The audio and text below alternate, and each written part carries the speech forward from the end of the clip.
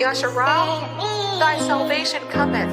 Behold, his reward is with him, and his work is before him. And they shall call them the holy, the Kadash people, the redeemed of Yahuwah. And thou shalt be called sought out, a city not forsaken. Oh, hallelujah. Hallelujah. Wow. Hey, Yexer. Hallelujah. Yeah. Kadash bars, 100 miles of running. Until Yahusha descends, I endure to the end. With Yahuwah on our side, best believe we gon' win. Yeah, the future looking grim, cause the truth will offend. And the Torah I defend, though I lost some friends. I've been in it for a while, yeah, this walk is lonely. I got Yahuwah's armor on me, real lions move boldly. And his team, Nazarene, guard the word like a goalie. And Yahuwah will judge all those moving worldly. Hey, I'm 10 toes down, place my feet on the ground. And to blow another shofar, how sweet is the sound. And the New Jerusalem is where the meek will abound. If we make it back to Zion, we will all be crowned. Yeah, the Torah is eternal that we keep in place. Cause of faith I run this race and I keep my pace. Yeah, good becoming evil, now evil is good. And the world bowing down to idols of wood. And it's signs of the times, yeah, prophecy unfolding. The time of Jacob's trouble, it is rapidly approaching. Better pick a side, cause probation is closing. Spiritual wickedness abounds and these demons is roaming. And their narrative presented what the beast is controlling. Gotta keep my composure when the heathen's provoking. If you wanna be grafted in, you must cleave to the chosen. Screw that pagan Jesus Christ, I'm not deceived by the Romans. Look, Barakatah Yahuwah, Barakatah Yahusha. Justice for the righteous, someday in the future. Redeemed by the Messiah, I shame the accuser. Barakatah Yahuwah, Barakatah Yahusha, ayy. All esteem to the Most High. Kadash bars, 100 miles of running, 144K.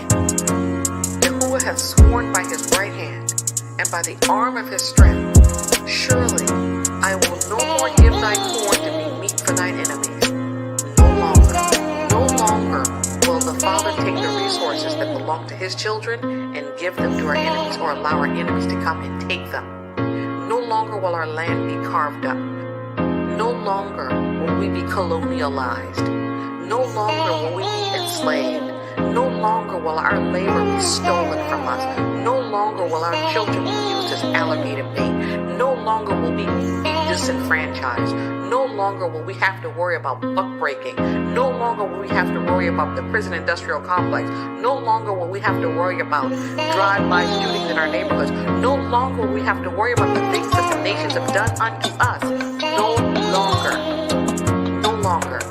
No longer will he give our resources, our strength, our men, our women to be used and abused in this wicked world. No longer. Our corn will be our meat. Our resources will be ours. Our young men and our young women will remain in our neighborhoods. Neighborhoods based on righteousness and truth, and they will serve Yahuwah. Hey, Yexer.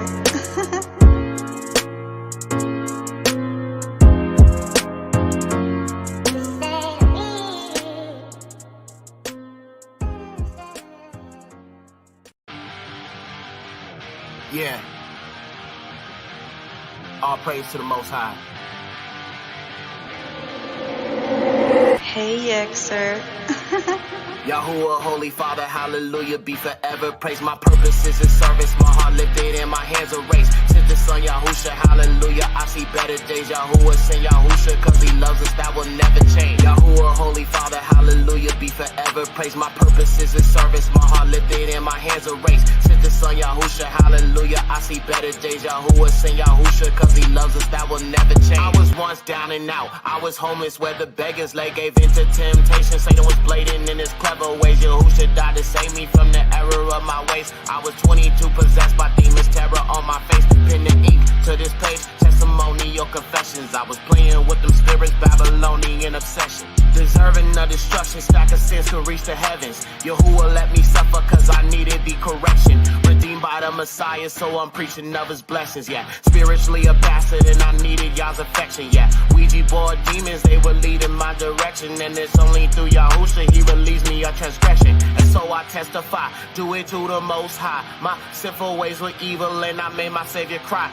And so I testify. Do it to the Most High. My sinful ways were evil, and I made my Savior cry. Why? Yahuwah, Holy Father, hallelujah, be forever praised. My purpose is in service, my heart lifted and my hands are raised. Since the Son Yahusha, hallelujah, I see better days. Yahuwah send Yahusha, cause he loves us, that will never change. Yahuwah, Holy Father, hallelujah, be forever praised. My purpose is in service, my heart lifted and my hands are raised. Since the Son Yahusha, hallelujah, I see better days. Yahuwah send Yahusha, cause he loves us, that will never change.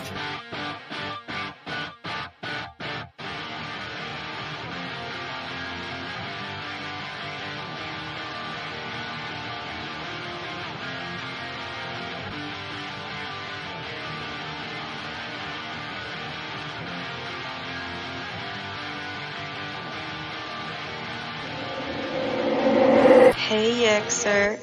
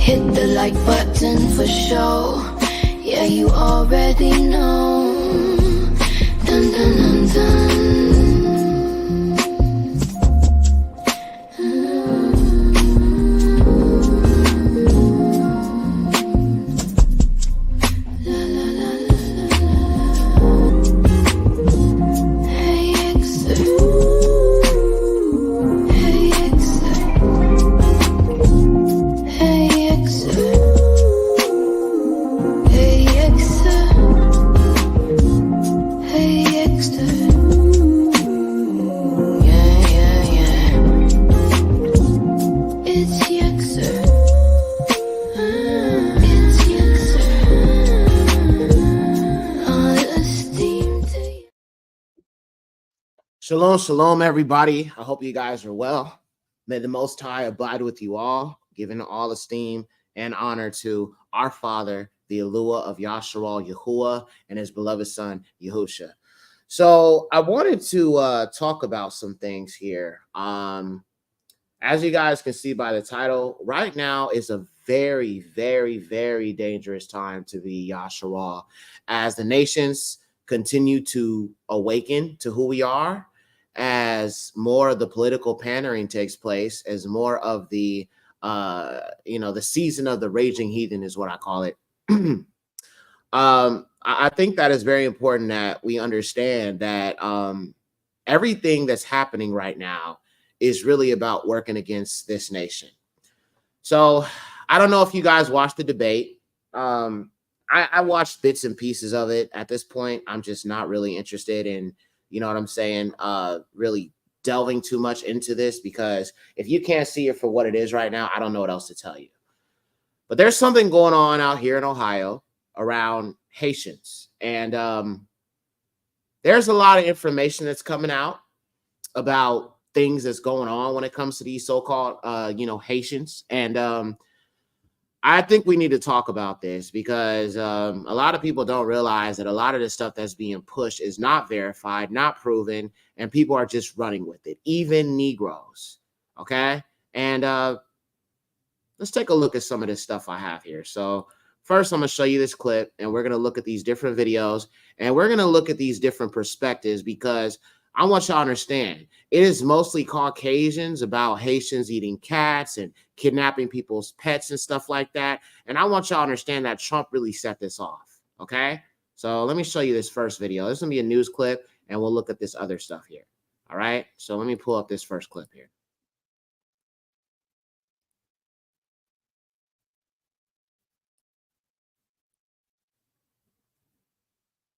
Springfield, Ohio is facing a significant housing crisis as thousands of Haitian migrants have arrived on their doorstep because of the federal government.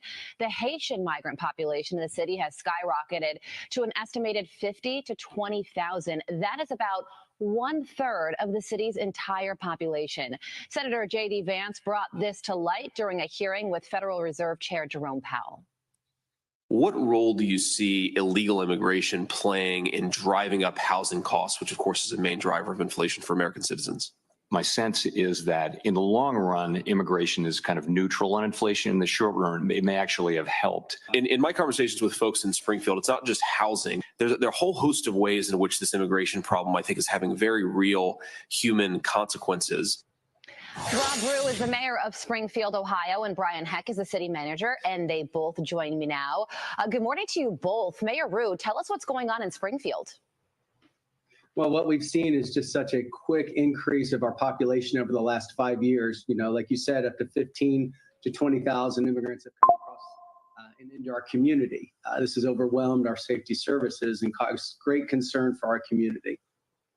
Brian, you're the city manager. Tell us more and how this influx is impacting the city. Yeah, certainly. Thank you for having us on this morning. You know, when we see a 25% increase over a 3-year period, we're a community, we do not have the capacity to sustain that. And it's taxing our infrastructure. It's taxing public safety. It's taxing our schools. It's taxing healthcare. And as J.D. Vance spoke on, it's taxing our housing.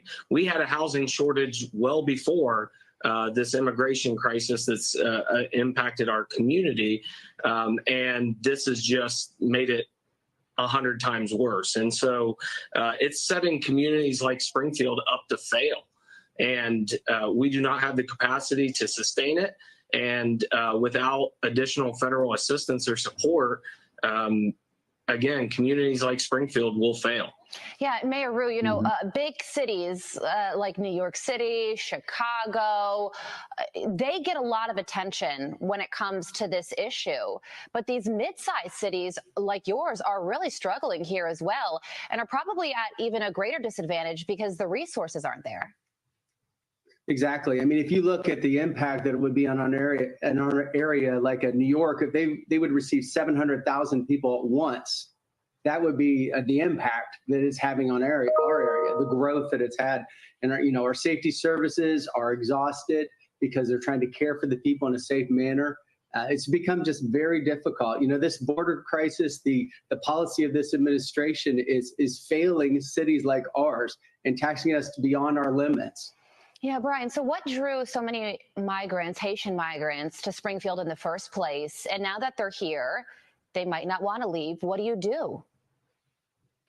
Yeah, so, you know, available jobs and affordable housing is what drew the Haitian migrants to our community in the first place. They're a very communal culture. And so once they come to a place and they find a place where there's jobs, housing, and so forth, they're going to tell more to come to Springfield, Ohio. And unfortunately, you mentioned federal funding and resources. You know, funding is tied to population, and these are not captured by the federal government. The influx of 15 to 20,000 is not captured in our community. And so our federal funding has actually been reduced over the last couple of years. And so that's concerning to us as a community, because certainly adding 15 to 20,000, we need additional support. We need additional resources. And, you know, frankly, the federal government, once they cross the border and come into our country, they do not know where they're going. Yeah. Well, they're coming to communities like Springfield, Ohio. Yeah, it's so true. So, Mayor Rue, how did you feel when Senator Vance brought up Springfield during that hearing with Jerome Powell? You're at least being heard by one person in the federal government? Yeah, absolutely. Not just one. Congressman Mike Turner as well has brought light to this. We were in Washington, D.C., pleading our case to the Department of Homeland Security. That's where we learned about this app that had no limit, that somebody could easily cross the border at that point. And we were a bit shocked how easily it was for folks to come into the United States with very little accountability and, of course, no funding to help cities like ours. Well, you're trying to do a whole lot with very little support. Thank you.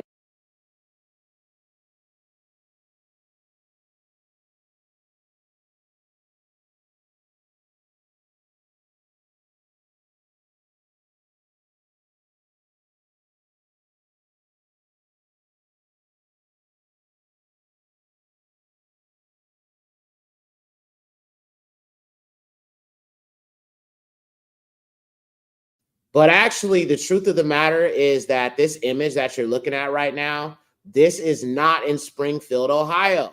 Okay? So I need y'all to understand that a lot of these Caucasians are slicing and dicing old footage or images in different places, and they're saying, this is what's taking place right now. This is what they're doing.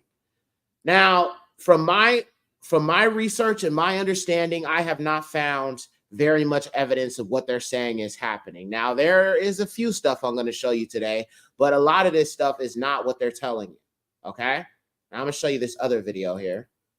I think it's like kind of odd that like a guy like me has to come out from doing what I do on a daily basis to have fun, because I see what's going on in these streets, and I see you guys just sitting up there in them comfy chairs and suits, and I'm getting out here every day and I'm broadcasting this, and you guys are just sitting up there in suits or something. Like, I really challenge you guys to get out here and do something. These Haitians are running into trash cans. They're running into buildings. They're running into, they flipping cars in the middle of the street. And I don't know how, like, y'all can be comfortable with this. Like, I don't know, like, who's getting paid from it. I honestly feel like someone's getting paid from it in the background. You got a bunch of people on a bus getting dropped off at a gas station to come down here. I know a single mom that FaceTimed me this morning at the welfare office that really need something. And it's nothing but immigrants over there. And I don't even want to seem like I'm coming down on the immigrants, because it's the people that's bringing them down here. Because wherever they're at, that's what they're used to, bro.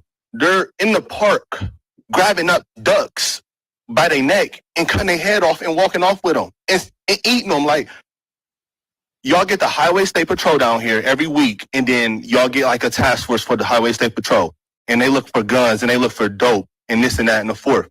That same people that y'all got riding up and down Limestone doing U-turns, pulling people over for blinkers and pulling people over for going left to center and a couple miles over. Y'all can take them same people, the Highway State Patrol, and you can take them in every single one of their silver Chargers and Dodge Durangos, and y'all can take them to Sunset. And y'all can park them right over there, and y'all can teach people how to drive, since the Highway State Patrol know so much about traffic laws and know what to do in traffic. They need to, y'all pay them, they can go over there and teach these Haitians how to drive, because it's getting I'm getting thousands of views on these, and it's going to get bigger, and it's only going to get worse. And y'all sitting up there in these chairs, all y'all need to get out here and do something. Y'all making hundreds of thousands of dollars. Y'all need to put on a t-shirt and some Crocs, and then y'all need to come out here in these streets, and y'all need to go out here and I'm out here before the police is. Y'all need to do something, bro. Y'all really got to stand on business. Y'all getting paid all this money just to wear a suit and sit in a chair. I think it's crazy, bro. We got to do something, bro. It's kids out here getting hurt.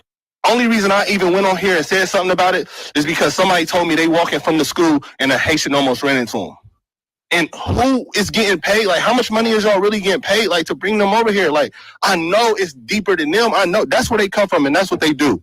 That's their country. I don't know what they got going on over there, but they can't do that over here. And if y'all just getting paid from it and then y'all ain't doing nothing about it, I think that's super weird, bro. Y'all got to stand on business. Y'all got to really, step up. Now, I want to make something clear. I believe this is no different than the anti-African rhetoric that's been coming out. What they're trying to do here is actually very, very, very manipulative. If they can turn so-called African Americans against Haitians, if they can turn so-called African Americans against Africans coming here, this is where the problem begins. Because when the Civil War goes down because all these videos of African Americans bashing Haitians, African Americans bashing Africans, they can get these people to turn against you in a heartbeat. Okay, so I want y'all to understand what is being done here. All right, I'm going to show y'all something else here. All right, I got another video I want to show you. And like I said, we're going to look at some of the claims that are being made. Miss Skinner, who I'm not trying to put on the spot, is my neighbor. Just talk to me, ma'am. Thank you so much. And I'm done with what I'm seeing. It is so unsafe in my neighborhood anymore. I have the homeless that were trying to camp out, and I have made concessions with them, and I try to help them the best I can to keep them from trying to squat on my property. But it is so unsafe. I have men that cannot speak English in my front yard screaming at me, throwing mattresses in my front yard, throwing trash in my front yard. And I can't. Look at me, I weigh 95 pounds. I couldn't defend myself if I had to. My husband is elderly. And last night, after living in this home for 45 years, he said, Noelle, guess what? It's time to pack up and move. He said, we can't do this anymore. He said, it's killing both of us mentally. I don't understand what you expect of us as citizens. I mean, I understand they're here under temporary protected status and you're protecting them. And I understand that our city services are overwhelmed and understaffed. But who's protecting us? If we're protecting them, who's protecting me? I want out of this town. I am sorry. Please give me a reason to stay. Thank you. Okay. So clearly there are African migrants. You have Haitian migrants. And a lot of people are saying that they're problematic and they're doing this and they're doing that. But let's explore this because I think it's important that we understand, right? We understand what narrative is being spewed here. All right. Now, I find it so interesting that all this is being talked about right now, because in case y'all didn't know, there has been a lynching of a young Yahudi male that the mainstream media is not talking about. And I wouldn't be surprised if this is to distract you from that. Let's take a look at this. We got to bring news to our people about what's going on because the mainstream media ain't going to do it. And I'm not surprised if this type of stuff is literally just a distraction from what just happened in North Carolina. North Carolina, South Carolina, the Carolinas. Annie K, hey sis, shalom family. I'm at an appointment, so I'm listening, and I love you all. Love you too, sis. Thank you so much for being with us. Take a look at this, y'all. Before I make this video, I know that half of y'all that are coming to my page are looking for drama. I want you to boost this video just as much as you boosted them other ones. The police department in Henderson, North Carolina is trying to cover up a lynching. Javian McGee, 21 years old, from Chicago, Illinois, is a truck driver who was en route and working in North Carolina. Henderson, North Carolina, was found hanging from a tree. He did not put himself there. And they are trying to make us believe that he did. These people are trying to say that that boy just randomly went to Walmart while he was working, got a rope, and decided just to hang himself. I don't know about y'all, but that sounds like some pure D bullshit. The coroner did not even want this boy's family to see his body. Black people have actively been hunted in this country since we've arrived here. They kept making excuses like, oh, well, you can't view the body because of COVID. No news outlets are covering this story. No media outlets are covering this story. So we, the people, need to cover this story and bring as much attention to it as we possibly can. So I'm tagging his cousin below that came on here and told us about his story. Please watch her video. Please boost that video. Comment, like, share, repost. Lynching did not stop in the 1980s. Lynching is actively still going on to this day. All right. Now, the video she's talking about is this video, which we're going to watch next. This is my little cousin. Hey, y'all. I would have never thought I had to make this kind of post on my TikTok, but my family desperately needs your help. This is my little cousin, Javian McGee. He's from Chicago, Illinois. He was 21 years old and would have been 22 in a few weeks. He was found hanging from a tree in Henderson, North Carolina yesterday. He drove trucks, so that was his reason for even being out there. The police officers are trying to say that he went to Walmart and purchased the rope and hung himself. We obviously don't believe that, and we are just asking for your help to push his story out there. This isn't covered on any local platforms. No news stations, radio, none of that. So we're trying to push it out there. We really need your help. The police officers in the coroner's office are giving us a hard time, not allowing his mom to identify the body. At one point, they told her she can't identify the body due to COVID. And then the next day, today, they told her the father has to give her permission for that, which he said that he would. She asked if they could send her pictures at least. They told her yes, and then turned around and told her, oh, I don't think that you want to see your son like that. Come on. Like, this is just very devastating for my family, and we really need to push this story out there. So if y'all could please repost this video, keep saying his name, Javion McGee, hashtag justice for Javion, and we are going to fight for him, and we are standing behind my cousin 100%, and they're not getting away with this. So please share this video. Thank you. It is indeed a dangerous time to be an Israelite. So we're going to jump into this. We're going to go through some of this information, as I said, and, we're going to find out the truth, because you always have to understand that when it comes to certain people, there's always a narrative being pushed. And when it comes out of Trump's mouth, I think you need to be very, very careful about what you choose to believe. Let's get into it.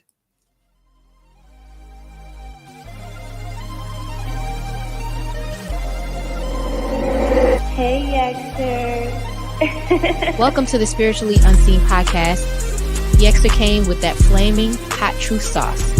Pour some of this on your plate. That boy Yexer came to cook. Be forewarned, side effects from these lethal doses of truth include cognitive dissonance, denialism, and Luciferian deprogramming. Don't forget to support Yexer. Check out his website, yexermalkaya.com, for that drip and the hottest merch. Links below. Thank you to everyone who has continued to support. It's all the way lit.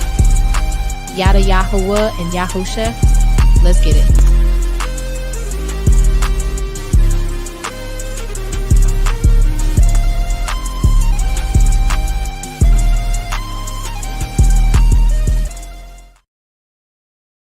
All right, so the first thing I'm going to show you guys here is this post. And this is really where this concept of, Haitians eating people's cats and stuff is being pushed. So let me just share this with you. This is from the Springfield, Ohio crisis Facebook page, I believe. It says, warning to all about our beloved pets and those around us. My neighbor informed me that her daughter's friend had lost her cat. She checked pages, kennels, and asked around, etc. One day she came home from work, and as soon as she stepped out her car, looked towards a neighbor's house where Haitians live and saw her cat hanging from a branch, like you do a deer for butchering, and they were carving it up to eat. I've been told they are doing this to dogs. They have been doing it at Snyder Park with the ducks and geese, as I was told that last bit by rangers and police. Please keep a close watch on these animals. Now, let me make something clear to you guys. Haitians are involved in certain things, not all, okay? We know there are many of our people that have not woke up to who they are and have gotten stuck in the ways of the heathens, okay? So obviously we were in Christianity, some of us in Islam, some of us were in spiritual, African spirituality, ancestral worship, ancient Kemet. And this is why I say it's so important for us to know who we are, because once we do, we can return to the path of righteousness. But in Haiti, there is a sense of voodoo that does take place, okay?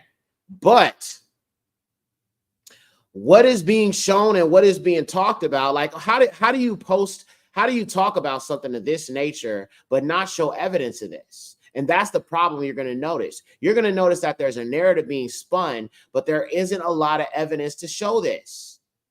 Yes, family, please hit the like button. Thank you so much, beloved sister. There is not a lot of evidence to corroborate what a lot of people are saying. And it's just word of mouth. Okay, this person said this person said that, but there's no evidence of said things taking place. And that's the problem. Okay, if we don't have evidence, then this just seems like another narrative that is being pushed by certain individuals about Black people. Okay, now I'm going to go ahead and show you actual evidence of people eating cats.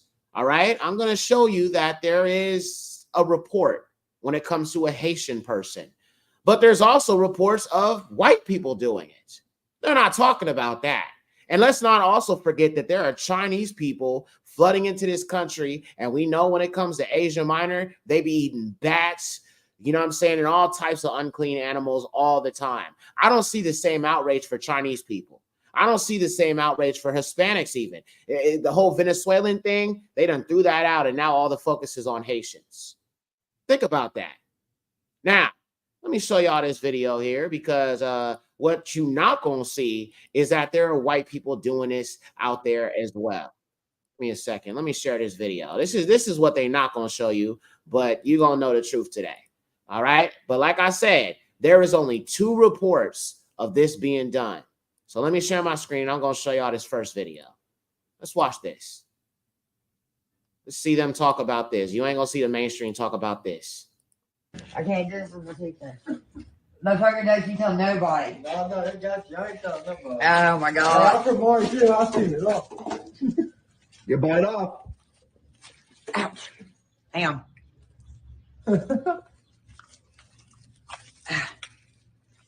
Fucker. Put it in my mouth. Yeah, you took a bite. That's fucking gross. Okay, so you see this, right? Where is the outrage from the Caucasian about this woman doing this?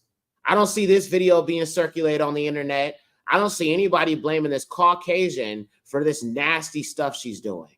Okay? Everything is about black, black, black, black, Negro, Negro, Negro, black, black, black, because that's all they see is black. Now, the only report I have seen when it comes to someone eating a cat is this police video here. Let me show that to you guys. What did you do? Why'd you kill the cat? Smile for me. Smile over you. Go like this. Did you eat that cat? Did you eat it? No, why'd you kill it? Did you guys see all this? No, we pulled up and she was just laying there with me. Did you see her eating it? Eating it. She was eating it? Yeah, she was. You call the Humane Society, see if they'll come pick this cat up. It's deceased. What did you do? Why'd you kill the cat? Okay, so once again, we have a video of a white woman eating a cat on camera, but all we have are stories. Okay, we have stories, and obviously you got the body cam footage, and the cop asked her, did she eat the cat? Someone claims she ate the cat, but there is no evidence of her actually eating a cat. So I'm trying to figure out where all these people are getting these stories that this is happening, but there is no evidence. But yet I've got evidence of a Caucasian eating a damn cat. Danielle, hey, shalom, sis. Shalom to you. Hope glad to see you. Coming from the same people who have cookbooks from human meat. Facts, right? Now I'm going to move forward here because I want to show you guys some other stuff that I have here. And we're going to listen to what some of the Haitians say, because I think that's also important to understand when it comes to this, because they have a perspective as well. Okay. But a lot of this stuff that's being told and being said is very, very dangerous when it comes to Negroes, in a sense, because all this does is just generate more hate and more persecution of the Negro, Yahuwah's people. Okay, so let me go to this next thing here. Now, obviously, the conservatives are having a field day with this because Trump kind of lit the fuel to the fire. And now everybody's running with this narrative. Oh, you know, hide your children, hide your cats, hide your family. They're coming to eat your animals. Let me show y'all this next video here. Obviously, they're having a field day with this. All right, here we go. Do you have one of these guys? To us, they're just pets. But to some people, this little guy is the only thing standing between a happy Haitian family and starvation. For just one pet per month, you can make a difference and help feed illegal Haitian migrants so they can stay here and live. Oh, there's another one. You little guys. If you have one too many dogs, why not just round down? One pet per month. You have a hamster? You have a disgusting ferret? Anything at all. Anything helps. She's just annoying. She's not even letting me record this video. Give them your mother. What? How is this not racism? Yashara, I'm asking an honest question. How is this not racism? This is old-fashioned racism towards Negroes because of Donald Trump. And y'all Negroes out here want to turn around talking about, oh, niggas for Trump, niggas for Trump, niggas for Trump.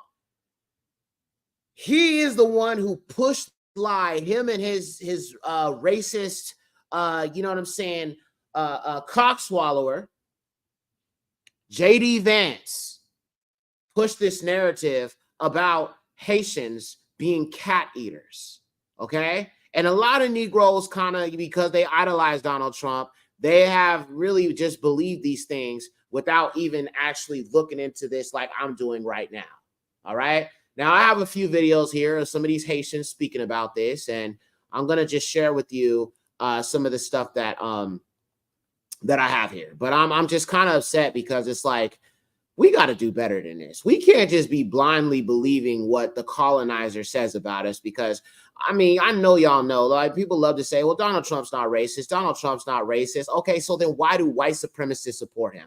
If there's anybody that's going to support him, it's going to be the KKK. It's going to be the white supremacists. It's going to be the skinheads. It's going to be them individuals, them same individuals, the cops, okay, the blue line. Support blue lives? Why should I? Why should I? They went from slave catchers and the runaway patrol to the sheriff. So if Trump is not racist, what are these Europeans who hate black people so much seeing him that make them want to get behind him? You got to ask yourself that. Let me show y'all this next video, man. All right, this next video is it's a video of a Haitian talking about this narrative that has been going around about, you know, people, the Haitians eating cats and all this other stuff. So let me share this with you guys real quick. Give me 1 second. All right, we're gonna look at this video here, and we'll talk more about this. But I'm here to kind of open this and blow this wide open, so there is nothing to be confused here. And bigotry and racism. How scared are Haitian immigrants in Springfield after hearing former President Trump's claims? They are scared for their lives. Some of them are asking me, even yesterday I got a friend calling me asking me if he has to leave because he's scared for his life. So another friend told me that it seems that he would have had some family coming to visit him, but it seems that he gonna welcome them in Columbus or Dayton because it is not safe right now for him in Springfield to welcome his family here. What do you make of these claims? What does it feel like to hear politicians make these false accusations? It's very shocking and sad at the same time, especially coming from people seeking the high office of our land. High-ranking people, I think they should do better. They have everything at their disposal to check the veracity of anything that they hear. They say that they are high-educated people who attended great university. I mean, they know how to check something to see the veracity of it. And okay, let me show y'all this next video. Cats, eat the cat, eat the cat. They're eating the dogs, they're eating the cats, eat the cat. Eat the cat. They're eating the cats. They're eating the dogs. Eat the cat. Eat the cat. I want you guys to think about how hurtful it is on behalf of the Haitian people to hear such anti-black rhetoric. Y'all know how it feels. You know how it felt and how much it hurt the first time you was called a hard ER. Okay? Y'all remember how it felt when they told you you was monkeys. Y'all know how it felt when they told you that you were nothing, when they talked down on you, when they told you you were savages and you deserved to be a slave.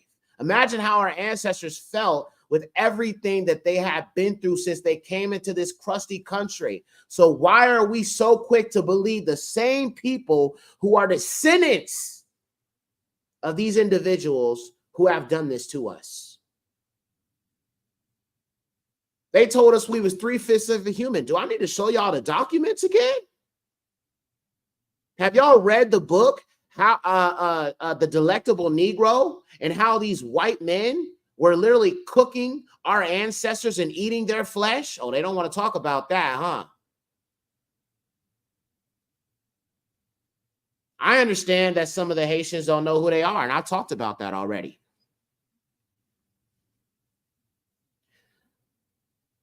You have become a problem when you agree with racial antagonism of Negroes. You have become like Esau. You have embraced the Edomite spirit, even if you're Jacob. If you feel like you should agree with anti-black racism, period. I don't care what you think. I don't care who you voting for. Some of y'all Negroes would be perfect house Negroes if we were still in slavery to this day. Y'all would fall right into the trap. This is what's wrong with some of y'all. And not y'all, but just Negroes in general that, you know what I'm saying, are still sucked into this system and just everything about it.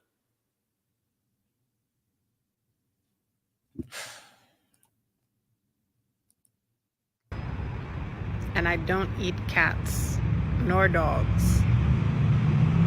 That's it. That's all I had to say. And people may not want to talk about it. They were under the heel of the French. Napoleon III and whatever. And they got together and swore a pact to the devil. They said, we will serve you if you'll get us free from the French. It's a true story. And so the devil said, okay, it's a deal. And they kicked the French out. The Haitians revolted and got themselves free. But ever since, they have been cursed by one thing after the other, desperately poor. That island of Hispaniola is one island. Mm-hmm. It's cut down the middle. On the one side is Haiti. On the other side is the Dominican Republic. Yeah. Dominican Republic is prosperous, mm-hmm. healthy, full of resorts, etc. Haiti is in desperate poverty. Okay, so I want y'all to understand the roots of where a lot of this narrative is coming from. We cannot deny that it came from our enemies. Just like every narrative that they have said about Negroes, we're lazy, we don't do anything, we're not productive, we destroy everything we do, or, all of these things to deflect from the sins of them and what they do. All right. Now I'm going to show you something else. And like I said, there are a lot of these videos being circulated on the internet, making these claims. But let me show you a white man talking about the Haitians and what he says about them. And like I said, I'm going to talk a little bit more about the voodoo stuff because we can't just ignore that. I don't want to be, trying to just act like there isn't some kind of ties to animal sacrifices in Haitian culture. Let me show y'all this next video here. This is a video from an employer, and he talked about the Haitians in a very different way than the mainstream media is trying to paint them. And let's just take his word for it because we know that the mainstream media does lie. All right. Now, an employer for a company, he's got so much more to lose if he were to come on camera and make up a claim that's not true. I mean, his whole company would be at stake. So why would he lie? So let me show y'all this next thing here. Give me a second. All right. It's going to be this video. All right. We're going to watch this video here of this employer talking about the Haitians, and let's see what he says.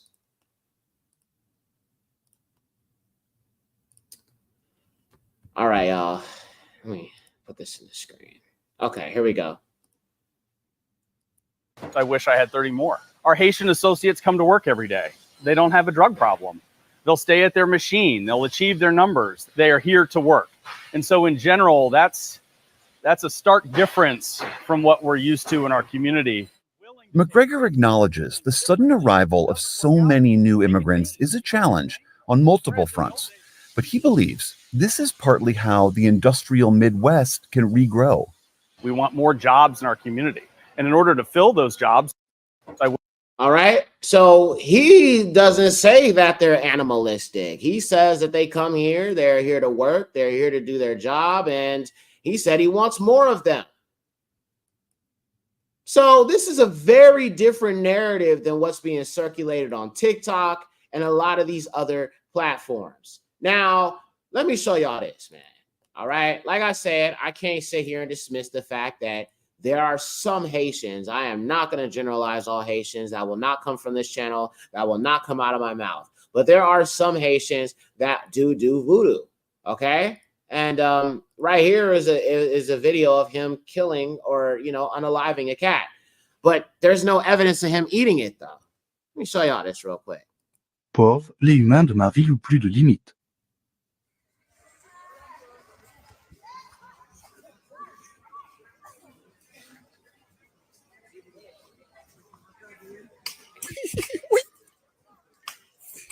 Where is the proof of him eating this cat? I mean, I get it. He's hacking the cat. He's cutting the cat up into pieces. But where is the proof he's actually eating the cat? That's what we're not seeing enough of.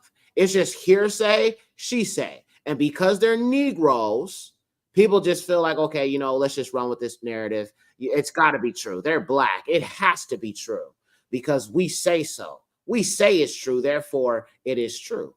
And just in case you need a reminder of who really started this, it's Donald Trump.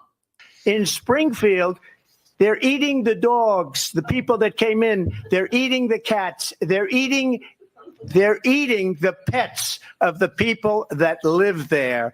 And this is what's happening in our country. And it's okay, so it started with him. Brother Yacoba says, they make us inhumane before they persecute us. That is how they have always done things. Exactly.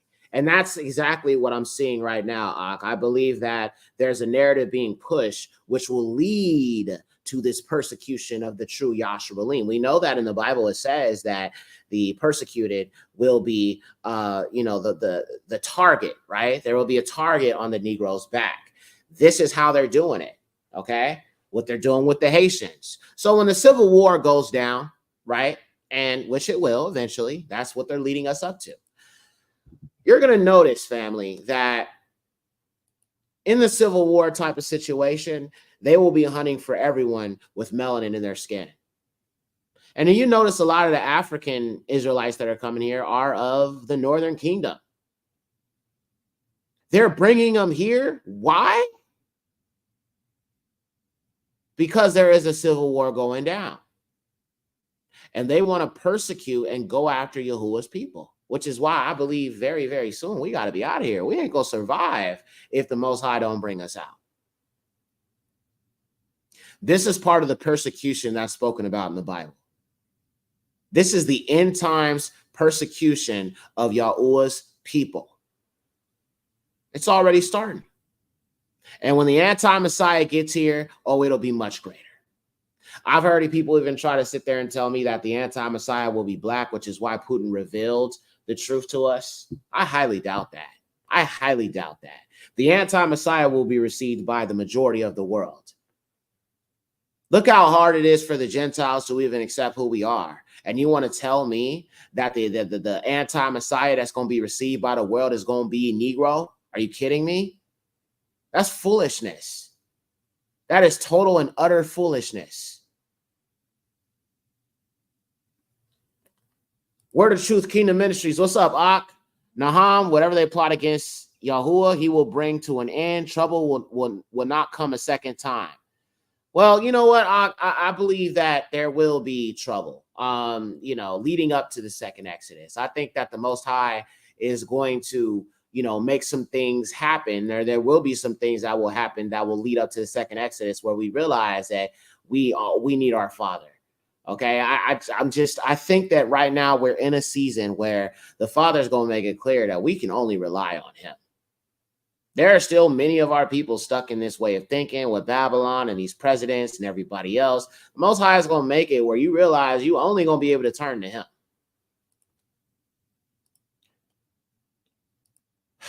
All right. I have a few more videos here I want to share with you guys. But like I said, I want you to pay attention to the narrative that these are mostly Caucasian people saying this. Now, Alex Jones also posted a video. But before we get to that, let me just show you these other nations that also, you know, that it's on record they eat cats. They boil cats, they cook cats, they eat cats, and no one is talking about them. Let's look at this right here. All right. And let's notice that none of these people are melanated individuals. Check it out. For some Vietnamese people, cat is a delicacy. They're killed by drowning after being skinned and burnt to remove their fur.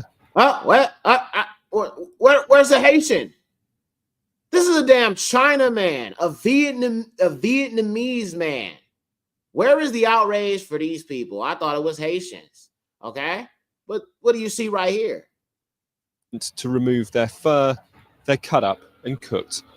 In this restaurant, they're served 7 different ways, fried with garlic, boiled or roasted. The dish is particularly popular as a pre-dinner snack, served alongside several glasses of the local beer. They're the heathens, bro. My auntie always told me when I was young, she said, yeah, don't you ever eat Thai food, Yaxer. I said, auntie, why should I not eat Thai food? She says, you don't know if you eating cat. You don't know if you eating dog. You don't know what the heck you putting in your mouth. And I took her word for it. Do y'all realize that Chinese food is really mixed with a lot of unclean animals, and what they tell you is what it is not what it is? Give me a 1 in the chat if you like orange chicken. I'm about to mess your world up today. Give me a 1 in the chat if you go to the Chinese restaurant and you like your orange chicken. Give me a 2 if you don't eat it. But I just want to see how many people eat orange chicken. I'll give you a second to respond. I'm going to make a point here.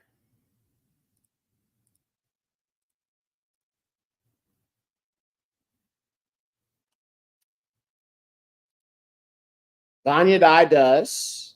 M. Williams. Georgetta doesn't. Hey, sis, shalom to you. Teresa Hall does like it. Danielle Roller says, I've tried it, but it's not my thing. Bino says he does. Hebrew Mom doesn't. Well, I hate to rain on your parade, but orange chicken is not chicken. It is mouse. It is mouse. It is not chicken, y'all. You are eating mouse. Where have you ever seen chicken come in these little balls? I'm just asking. I mean, I ain't been all around the world or nothing, but I have never seen chicken sliced up in a way where it comes in balls, bro. Orange chicken is mouse, gang. Okay? So if you have eaten orange chicken, I think you need to repent. Okay? And I'm going to repent too, right here with y'all, because I've eaten it. But I kind of came into this information not too long ago, and then I stopped eating it.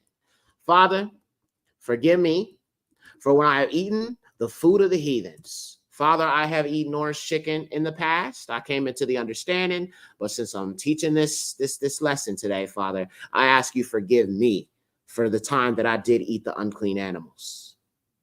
Father, I ask that you forgive everybody who did not know this. But this is why you got to be careful about eating these other nations' foods, okay? You don't know what the heck they eat. And if you look at their diet and what they eat, I would be very, very careful about that. Okay, you didn't know. Don't beat yourself up about it. But I'm just telling you that that is not chicken. That is mouse. Why do you think they put so much seasoning and flavor on it? To cover up the fact that it doesn't taste like chicken. No pun intended. Let me see if I can show y'all this video here so y'all can understand what it really is. I got some proof here that orange chicken is indeed mouse. Oh boy. Now, if you have homemade orange chicken, right? I don't think there's nothing wrong with that if you make it yourself. I'm just telling you, getting it from the heathens, that's where you're going wrong. That is where you are going wrong. Let me see if I can pull this up. Give me a second, y'all. Give me 1 second. Yeah, somebody had told me this years ago, bro. That orange chicken is actually mouse.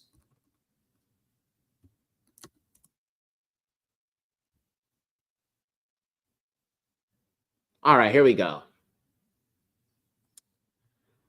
Oh boy, Father help us all. There's so much we just don't know. There's so much we just don't understand. We just eat whatever Babylon suggests to us to eat. But it's actually really mouse. Let me show you this real quick. This is a video telling you the truth. Just so y'all know Yexter didn't just say it. All right, family, here we go. Hey everyone, so welcome back to another edition of Mouse Bites, where we tour the Disney parks and we find just small little bites that we wanted to try. Today we are at the Lotus Blossom Cafe in the China Pavilion at Epcot, and what I have here is the orange chicken combo. Actually, you know what? This isn't the video. I gotta look for the video, y'all. I'm gonna find it, show it to you. But this is, I mean, listen, I know some of y'all may not want to hear this and say it's not mouse and all of that, but you know damn well you was not in that kitchen with them when they was preparing it, okay? You was not in that kitchen with them when they was preparing it, and we know Chinese people eat whatever the hell they want to eat. They don't follow the dietary laws. They don't at all, you know what I'm saying, follow Yahuwah. So, I mean, I'm just saying, if you can't even verify what the hell it is, and you're going to just take their word for it, the heathens, you know what I'm saying? And say, oh yeah, no problem. You know, it's definitely chicken. So you're gonna continue to eat what the heathens tell you is what it is. You're gonna believe them. Okay, that's on you. All right. If you're not going, you know what I'm saying, if you're gonna do what you want to do, then do it. But I'm just telling you, you shouldn't be eating that stuff. You don't know what the hell is in it. Okay. So let me show you this video right here. Look at this. This is Panda Express. Now, I don't know, bro. This looked like a mouse to me. But let me just show you. I want to throw up. This suspicious AF. Tell me that ain't a rat. Look at the shape of this. What is that, a tail? Come on, cuz. Are you serious? You want to tell me that this isn't mouse?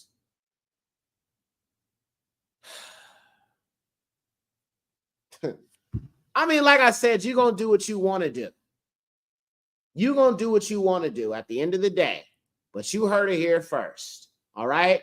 There is stuff that these Gentiles are putting in your food because a lot of them know who you are already. And if they was giving you pork and they was telling you it's delectable and all these other things, I think you need to be very, very careful, family, about what you are eating. I'm serious. Be careful about it.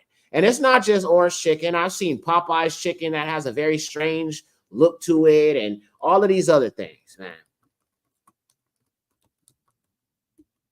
See if I can find another video before we move on. I don't want to dwell too much on this, but I'm just warning you guys. There's a reason why they douse it in sauce, okay? You know, chicken, you know, if you season it good enough, it has some natural flavor to it. You ain't really got to do too much with it. But essentially, I think you just need to be careful. All right? You just need to be careful about eating these other nations' foods. Okay? It's just that simple. Okay? I mean, the way it's shaped, the way it looks. Come on now. Anyway, my auntie always told me not to eat Thai food because of things like this. You don't know what the hell you eating. And I'm not saying every time they do it, you know what I'm saying, it's 100%. Michael, look, you believe whatever you want. I'm not going to argue with you about this. Okay, maybe you don't know who you are. Maybe you don't follow the dietary laws. Maybe you blindly follow what the heathens say. But I'm just not, I'm not eating it. All right. And I'm warning my people not to eat it. If you want to eat it, go ahead and eat it. That's on you. Okay. But I'm not going to, you know, go back and forth about it because I think that's pointless. I'm telling y'all not to eat these heathen nations' foods, knowing that they eat any and everything. Don't follow the laws of the Most High. And I'm going to leave it there. If you disagree, you disagree. It's totally fine. All right? But I don't need you trying to convince me. Okay? You're wasting your breath. All right, y'all. Let's keep it going. We got more that I want to show you guys. Let me close some of these other tabs because there's more that I want to show you. Now, this is another video from somebody talking to the Springfield Commission. And he is essentially saying that this whole migrant crisis has gotten out of hand and so on and so forth. Santa Claus. You know, the homeless problem. I don't know of a single homeless Haitian in this town because they all got vouchers. But I can show you a whole bunch of people that have been displaced because I'm that guy. Rob, you know, for 25 years, I've worked with the homeless in this community.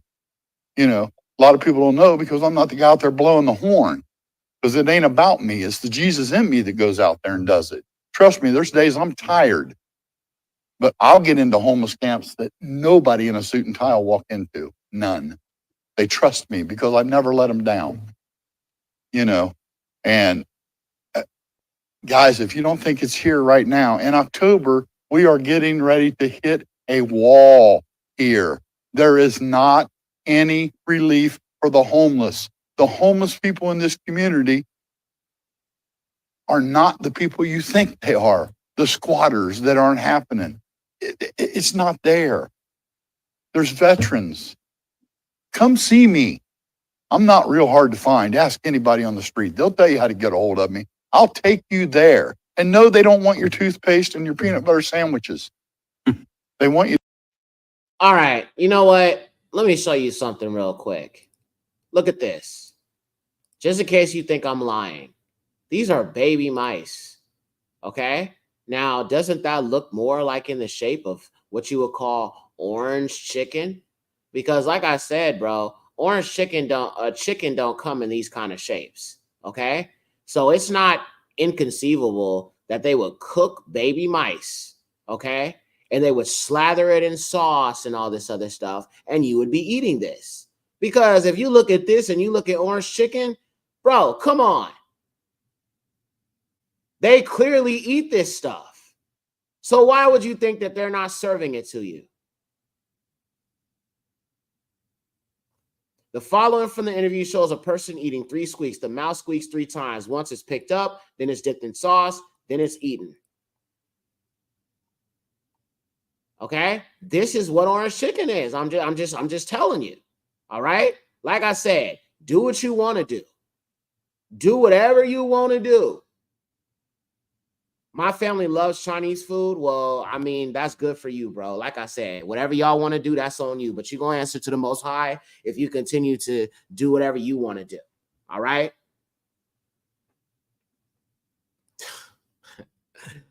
Oh, boy. I'm just saying, bro. So y'all probably think it's like a full-grown mouse that they cooking, but most of the time it be baby mice. Okay? I used to like Chinese food too until I stopped eating carbs. All right? Why do you think they put Chinese food in the hood of all places? Putting MSG in your food, making you eat that garbage. They don't even really be washing the dishes half the time. I used to love chicken fried rice. That's one of my favorite dishes, but I don't eat it no more because they was cooking the fried rice in the same dishes that they cook pork in. I'll give everything up for the Most High. He told me never to eat meat again. I would give it up, bro. I'm just saying. To come up with a solution to why they're displaced, why they lived in a house. I personally know, and I'll testify under oath, my hand to God, somebody that lost their house. They were there 7 years. The landlord said, hey, I need you to move out, find a temporary place. I'm going to remodel it, and then you can come back. It was a lie. They moved him out, tripled the rent. Thank you. Follow the money. Every time the truth comes out and certain things are being revealed, they want to cut you off and say, thank you for your time, sir. All right. All right. Now, this next thing I'm going to show you, it says, this is another narrative that's being spewed on social media. Every single person needs to listen to this. She's reading a letter from an Ohio State representative about what's happened in Springfield. Some highlights. There is an employment agency over there that has been importing Haitian migrants into the town. And when they come there, they sign a contract to work only for the owner. and they cannot get a job directly with the actual companies. That same person owns rental properties, and he used to make $600, $800 a month per unit in rent, but now he charges $250 per bed and plus 10 people to a unit, so he makes a quadruple amount of money. 18 and 19-year-old Haitians are being enrolled in school as seniors. Hospitals are on a run. If people get arrested, they get released because there's not enough interpreters. People need to really wake up and understand what's happening in this country. If they don't believe what they're being told, why don't you go do your research? But just understand that if you vote for Harris, this will come to your community next. And this is just, the political spill, what I'm saying, that they love to say. Oh, well, if you vote for Harris and you don't vote Trump, then this is what's going to happen. Because I am fairly local to Springfield, Ohio. So I'm going to read something to you. My name is Kyle Kaler, and I am a former state representative for Springfield, Ohio, and the Clark County area. I am currently a candidate for the state Senate covering Clark, Greene, and Clinton counties. Over the last 4 years, Haitians who are crossing the border or in fact flown to our country as refugees have been given temporary protected status by the federal government.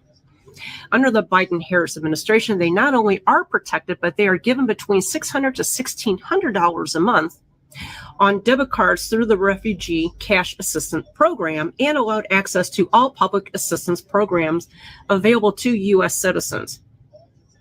Since early 2020, a temporary staffing company in Springfield started actively bringing Haitian refugees to our city. First a few hundred, then thousands. As of this month, our local Job and Family Services has registered over 20,000 Haitian refugees in our county and city.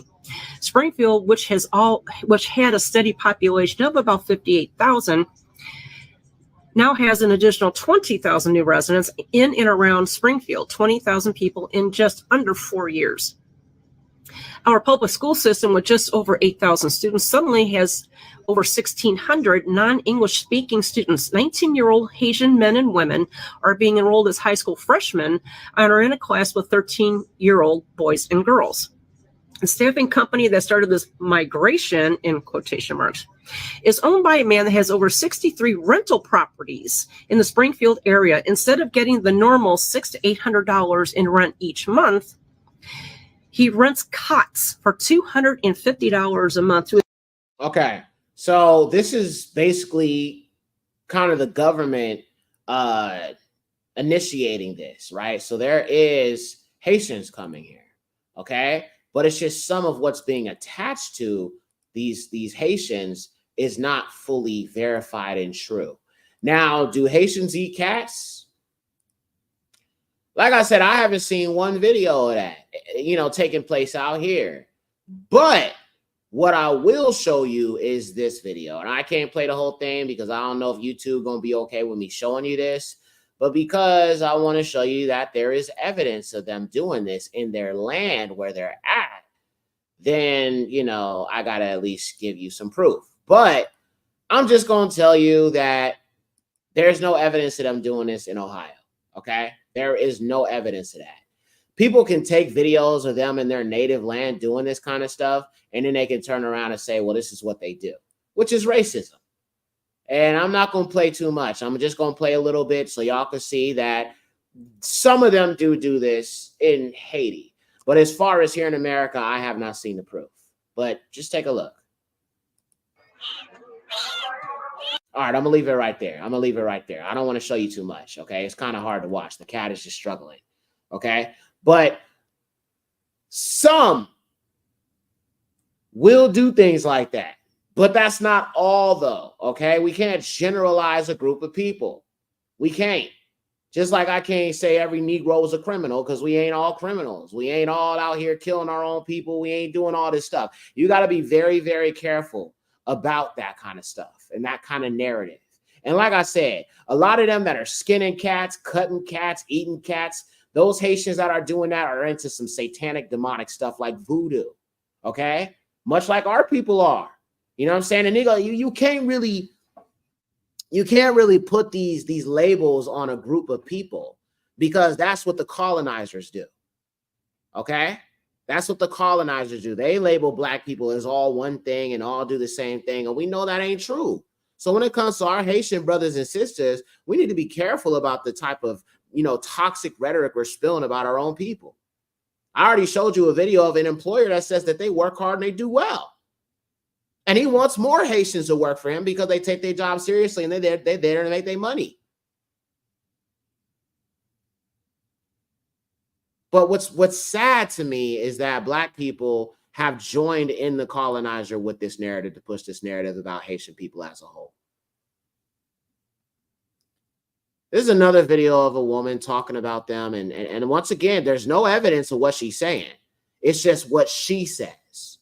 And I want y'all to notice who she's talking to in this video, who she's addressing this video to. That tells you everything you need to know. All right? Let's watch this next thing. Hey, Patriots. Patriots. What does her name say? Conservative Ella. Okay? I'm going to just leave that right there. You know who she's talking to. You know what her mindset is. Just keep that in mind, okay? So I didn't want to believe what I'm about to tell you, but after researching, looking into it in Ohio, I actually have people out in Ohio. It turns out that there is accuracy to this story. So Springfield is a small town in Ohio. 4 years ago, it had about 60,000 residents. Under Harris and Biden, 20,000 Haitian immigrants were shipped to Springfield, Ohio. The Haitians, and I'm not saying all of them, but some of them are literally like going to parks, you know, how we feed the ducks or whatever. They are taking ducks and cutting their heads off and taking them home to eat them, to cook them and eat them. There was a neighbor that was missing her cat. She couldn't find her cat. One day she came home from work. How do you know that they're actually cooking them and eating them, though? That's what I'm not understanding. Did you actually witness this? Or are you just assuming it because of your MAGA friends, your MAGA comrades?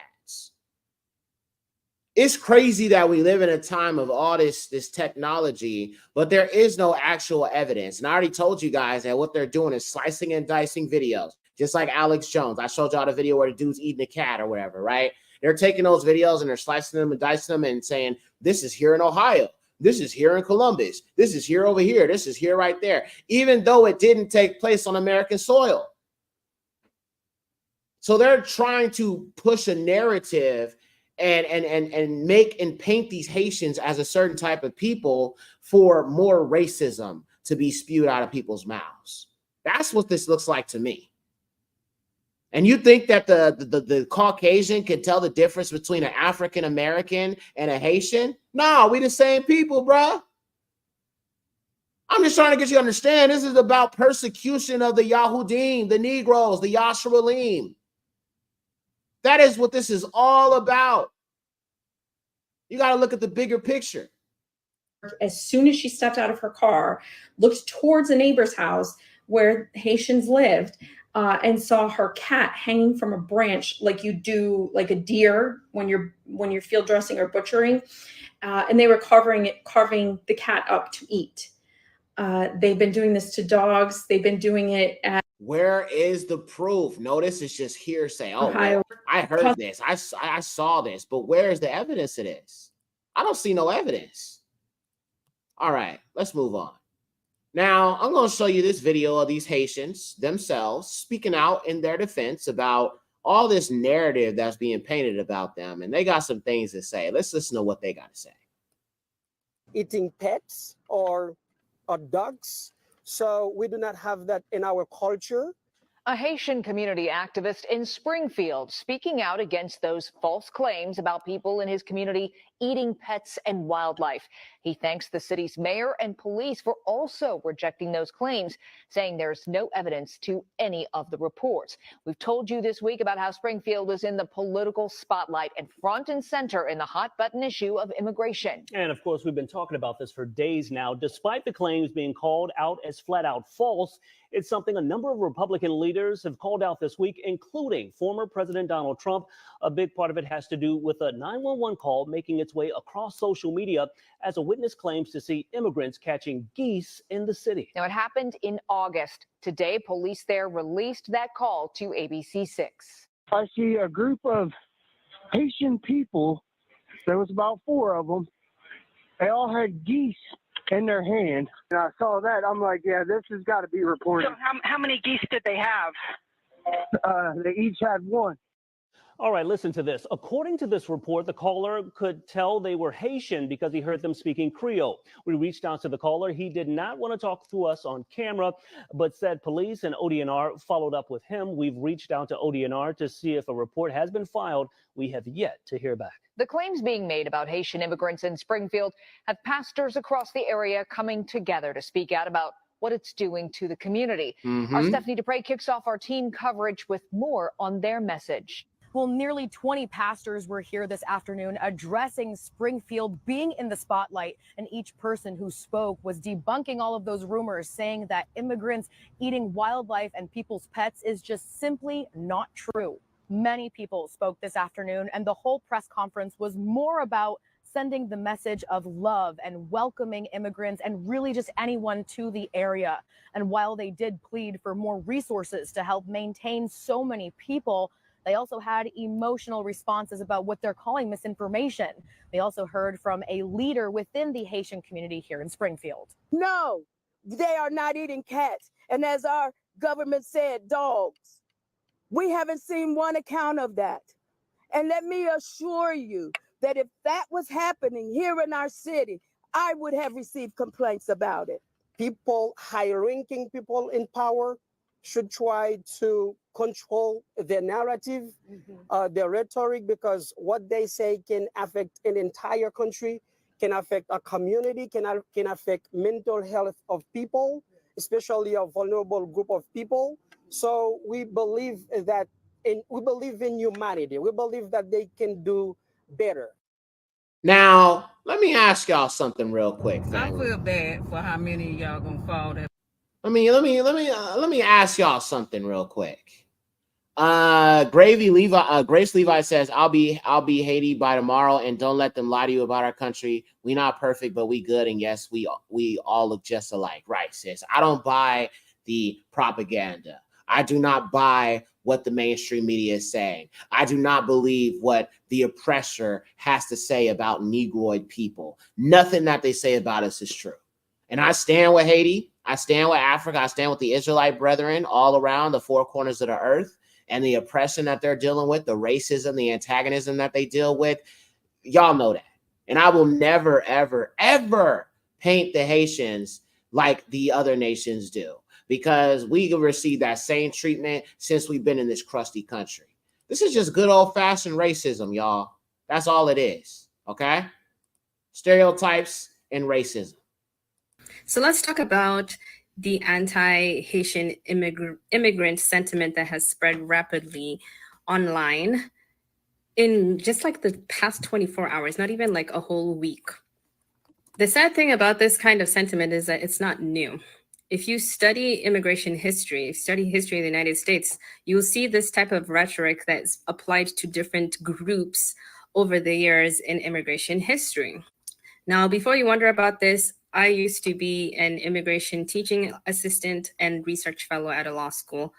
Again, what I'm talking about, this is my education. This has nothing to do with what my employer believes.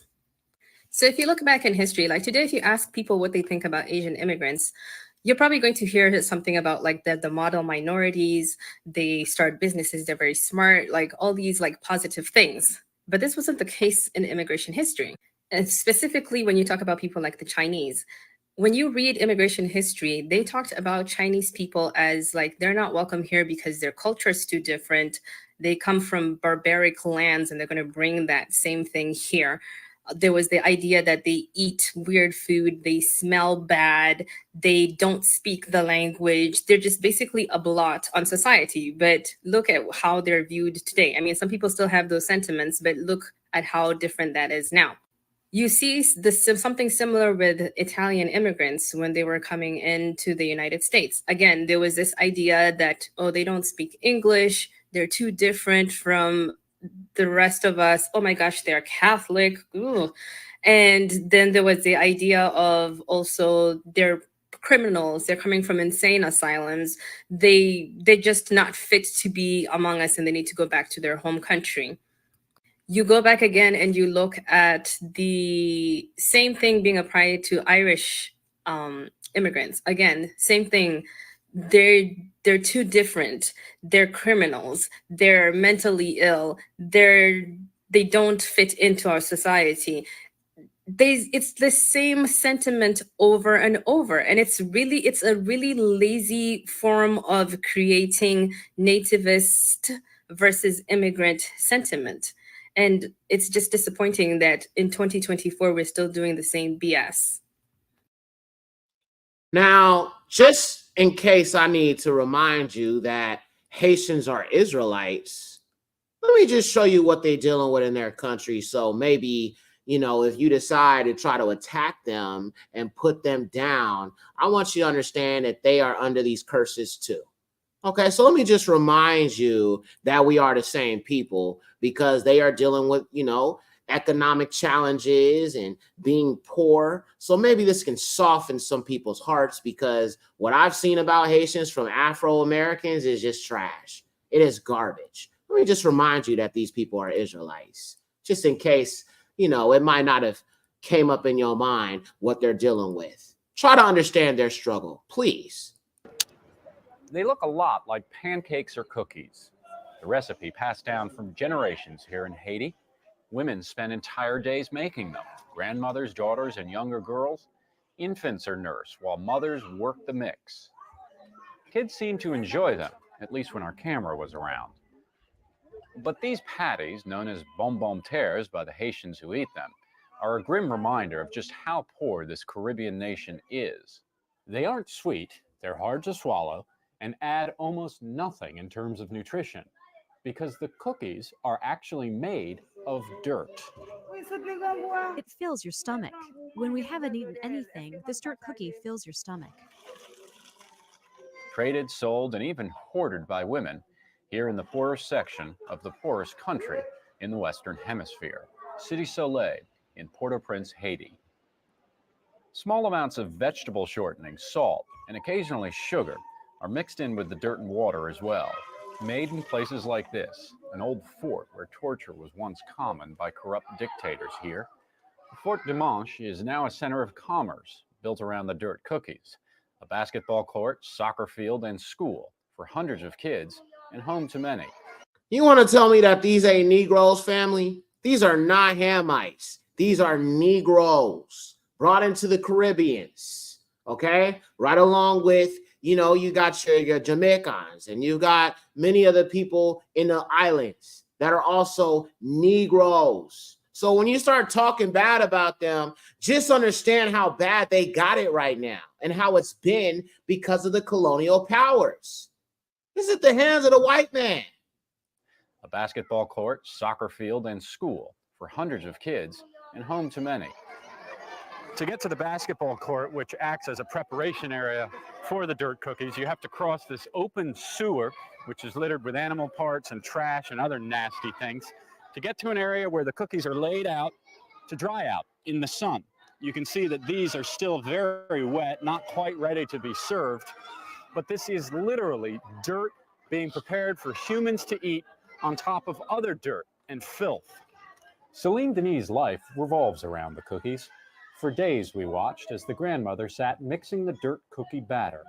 Selling the cookies is Denis' sole source of income and often her only food. It's a necessary evil. I'm in a bad situation, and that's why I make them. It hurts my heart, but I have no choice. We're forced to eat it. It makes us sick, but not the way it would to anybody who's not used to eating it. Our system is kind of used to it. The dirt is trucked into this huge slum and sold at an enormous markup to the women, who pay about $5 a sack. They say it comes from an area in the mountains and are convinced the dirt is rich in minerals and vitamins. And if they don't have the money, they're happy, indeed eager to buy the dirt on credit. If it rains or the sun is blocked, the cookies can't dry out, and women actually end up owing money on the dirt they've purchased. Not a drop of batter is wasted. And throughout Haiti, the cookies are seen in urban markets and small mountain villages. We rarely saw adults eating the cookies, as many seemed ashamed. Kids, however, asked repeatedly why we were so interested before freely eating them. You want to tell me that these are not Negroes, y'all? The UN's humanitarian coordinator in Haiti says the need for dirt cookies is an indictment of government failure and waste. The 5-cent cookies, a necessity in Haiti, imported food too expensive for families living on about $1 a day. Some 3.3 million Haitians are food insecure today. Around 25% of the children are chronically malnourished. These are the same indicators as in sub-Saharan Africa. Pregnant women have long eaten the cookies for their supposed source of calcium and antacid benefits. But doctors dispute this and warn of tooth decay, constipation, and worse. The United States ambassador to Haiti has taken a personal interest in lessening dependence on the cookies. I've actually taken members of Congress down to Cité Soleil, and they've seen it too. What do they say when they see people eating dirt? Well, it's worrisome. It's very worrisome, and we don't like to see it. But they've done nothing. They have done nothing for the Haitians. Okay? And yes, sis, I do understand that not everybody, you know what I'm saying, is in those poorer areas that are eating, you know, these dirt cookies and things of that nature. Make no mistake, family. This has been done by the hand of the colonizer. This is what they have done. So when I hear that white woman say, oh, I feel so bad for them and oh, it's worrisome, but yet they're not doing anything for these people. They're not doing anything. They have the family. They are literally printing money out of thin air. The Federal Reserve is printing money out of thin air. And now you could see why Haitians are coming here. They're dying. They have nothing. They have no one.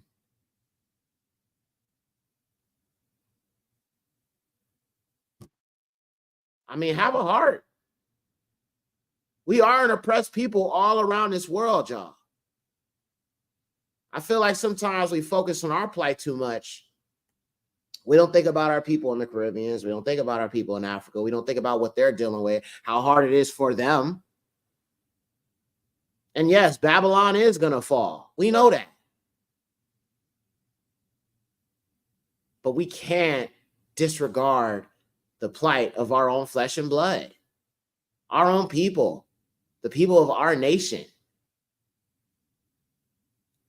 We're just blessed to barely survive, have a roof over our head, and have access to technology. And it's not that some of these Haitians don't want to know Yahuwah. They just don't have the knowledge that we do to be able to know and follow the ways of the Most High. But when I look at that video, y'all, my heart be so grieved. Oh, boy. Okay. All right, y'all. We're going to keep it moving. I got a few more things I want to show you, but I just want to make one thing clear with you. The moment our ancestors got loaded on them slave ships, that was a declaration of war. And it's been war against you ever since. I'm going to show y'all what I mean.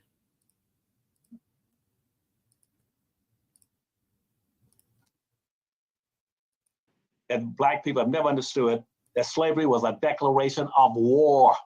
It's a declaration of war. The declaration of war was not necessarily against black people in general, but it was against black men, period. That's it. Because they know that if you weaken black men or destroy the black man, then the black woman and her children are accessible. They're vulnerable to anything, for the white man to do anything he wants to, anytime he wants to use them any way he wants to. It's a declaration of war. That's the first thing. And secondly, I keep telling black folk that white folk don't hate you because of your blackness. It's not your blackness they hate, but blacks cannot get that through their heads. So I tell most of them now, don't even contact me anymore. I've been telling black folk that for 60 damn years. It's not your color that they're against. It's your condition that they're against. Your condition symbolizes what? Symbolizes weakness. And so they kill black folk because they can. Oh, this is war, Yashua. It is war against you. It is war against your children. And it is a war against the generations that can potentially come from you. And then you look at some of the Afro-Hispanics and Afro-Dominicans, Afro-Peruvians, many of our people that have been scattered through the slave trade, the conditions are almost the same. We are just blessed enough to be able to have certain resources that they don't have. If you go to the government, you have children, you're able to get housing or Section 8, you're able to get food stamps, you're able to get a job. Some of our people don't have any of that, y'all. They don't even have that. And when I look at these, sometimes I have to look at these situations and realize that it could be so much worse for us here in America. And I'm not at all trying to say that America isn't bad, because it is. Y'all know I hate this crusty country. But when I look at what our people are going through all in these other nations, see, the thing about the Negro here is that the Negro is needed, okay? The Negro is needed by the colonizer. Will they pay you what you're worth? Oh, no, not at all. Will they pay you what you deserve for what they use you for? Definitely not. But at the end of the day, there are so many of our people that have it so much worse. It's causing me to go to the Most High and thank him for being able to keep a roof over my head, being able to survive and to eat and to live, even though the oppression is bad, even though we are dealing with so many different things in this country. But to be able to be here and go live and share this information with you, that itself is a blessing. Sometimes you just have to thank the Most High for that. Now I'm going to show you guys a few more examples here of these Afro nations. I think it's important you understand them because, like I said, man, it's hard out here. It is hard. It's hard out here in America, but there are many of our people who are scattered who are dealing with the same thing, but way worse. This is one of the first free Black towns in the Americas, San Basilio de Palenque, Colombia. See that? These are Afro-Hispanics. These are also Yahudim, Negroes. Look at that woolly hair, okay? These are also our people. Listen to the drums, explore the murals, and study the dancing. It was founded around 1603 by self-liberated Africans who escaped from the slave ports of Cartagena, Colombia. Spanish colonizers relentlessly tried to destroy this town, but centuries later, it's still standing. And this is the only Black president Colombia has had. They purposely erased him from history books. Government officials even sent his official presidential portrait to Paris to whiten his appearance. You may not have expected to find stories like these in Latin America. See, the dominant narrative is that racism doesn't exist in the region, just class issues. And I'm here to tell you that is a lie. Pero es que no hay negros en la Argentina. There are no Black people in Argentina. See, this is what I'm talking about. They want to hide that there is an Afrocentric population in many of these other countries all around the world, which proves what the scriptures say when it says that Yehuda would be scattered to the four corners of the earth.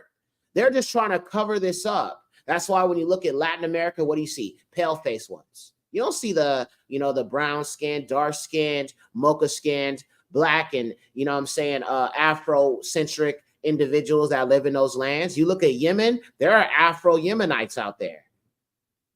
Even in Israel, you've got Black Jews out there. I don't want you to know this. This is what I'm saying. Everything's been whitewashed. Everything has. But in this age of information, this time of information, the truth is being revealed.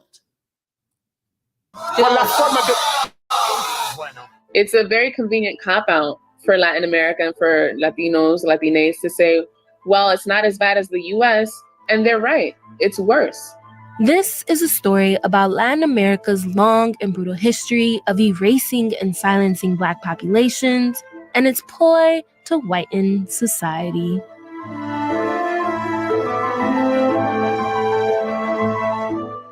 Here's the thing. Anti-Blackness is so deeply ingrained in the Latin American region that it's often ignored or defended. Like in the case of Dominican baseball player Sammy Sosa, who downplayed using a bleaching cream that whitened his skin. From Peruvian newspapers using 159 different racist adjectives to describe African-descended people, to terms of endearment like mi negrita, which actually stem from the idea of people as property, to blackface, used as a form of entertainment. It's all part of a slew of everyday racism. There is plenty of evidence showing that racism is rampant in Latin America, but many Latin Americans have evaded accountability by treating racism as solely a U.S. problem. Unlike the U.S., where racism was upheld by legal separation like Jim Crow laws, You're not a Texan if you're not for segregation. Countries including Colombia, Mexico, and Brazil encouraged the mixing of different racial types. And this is what's happening to America. And Ron talked about the intermingling to whiten out everybody. And now you're noticing America is starting to embrace this ideal of the intermingling. First, they wanted segregation. Now they want intermingling. And that's because they're dying out and they realize it. And they realize that they're not going to survive without the Negro. So they want to intermingle to essentially, one, wipe out or breed out the Negroes, but also for survival. Okay? It's deep. Known in Spanish as mestizaje. As a result, this ideology of mixing has been used for centuries to deny the presence of Black and Indigenous people throughout the region. This idea that everyone is mixed also has been completely overblown because Latin America is not unique in its mixedness, but that has been the mantle that it has taken upon itself so that you can evade accountability. How can we be racist if we're all mixed? Well, you certainly found very many ways to be. Meet Harris Machado. She's Panamanian American and the producer of Negro, a docuseries about Latino identity. We all know those sayings. You're treating me like a Black person. Trabajar como un negro. Working like a Black person. Don't marry a Black person. Come on. Be serious. Again. And everybody knows these sayings. This is every single last country. Like, stop playing with us. Stop playing in our faces. To understand how deep anti-Blackness runs in the region, let's go back a couple of centuries, starting with the wars of independence from Spain for the region now known as Latin America. Meet Simón Bolívar. He's considered the great liberator of Latin America. But he wouldn't have liberated anything if it wasn't for the help of Haiti, where a rebellion by enslaved Africans created the only free republic in Latin America and the Caribbean at the time. Haitian President Alexandre Pétion agreed to help Bolívar on his quest for liberation under one condition. If Bolívar won, he had to abolish slavery and the new republic he was fighting for. Bolívar agreed, and a few years later, he defeated Spain throughout South America and declared himself president of present-day Colombia, Venezuela, Panama, Ecuador, Peru, and Bolivia. Around 60% of soldiers who fought for Bolívar were Black, but Bolívar betrayed them. His promise to completely abolish slavery was a lie. He even complained that Black soldiers were audacious to want absolute equality. They had to wait 40 years after the war to gain their freedom. Bolívar and many other white elites feared that they would eventually be outnumbered by Black and Indigenous people. So he maintained Latin America's colonial, racial, and class hierarchy to keep control among the white elites. Bolívar believed in liberation, but only for some. Whites will not give up anything to Black people, or in general, unless it benefits them more. We're talking about a definite racial and social stratification that was the foundation of the region and in which the region still adheres to. Nothing has changed. Anti-Blackness was baked into the foundation of the region, but that anti-Blackness didn't stop with Bolívar. See, the emancipation of slavery was a threat to the social hierarchy in Latin America, so white elites came up with a plan to systemically, physically, and culturally wipe out Black people. How did the region do it? Mass white European immigration, while banning the immigration of non-whites. Welcome to the blancamiento and brancamiento period, which literally mean to whiten. The goal was for future generations to no longer have visibly Black and Indigenous people, so that the national identities in these new nations would be associated with whiteness. In this period, elites aimed to make Black people disappear through their gradual absorption into the white race. Over 10 million European immigrants settled in Latin America between 1880 and 1930, with 90% of them going to Argentina, Uruguay, Cuba, and Brazil. Brazil even went as far as to pay for transportation costs from Europe and passed a law making European immigrants automatic citizens as soon as they arrived. European immigrants were given preference over Black people in jobs, housing, and education, and the impacts of this are still felt today. Today, over 78% of Afro-Brazilians live below the poverty line. There have been many attempts to resist the relentless oppression of Black people in Latin America. In Brazil, the Unified Black Movement has challenged racial and class discrimination since the 70s. And in Colombia, Francia Marquez has led the battle for Afro-Colombian land rights since she was 15. She gave a voice to people who didn't feel represented by the white elites who ruled Colombia for centuries. And in 2022, she was elected Colombia's first Black vice president.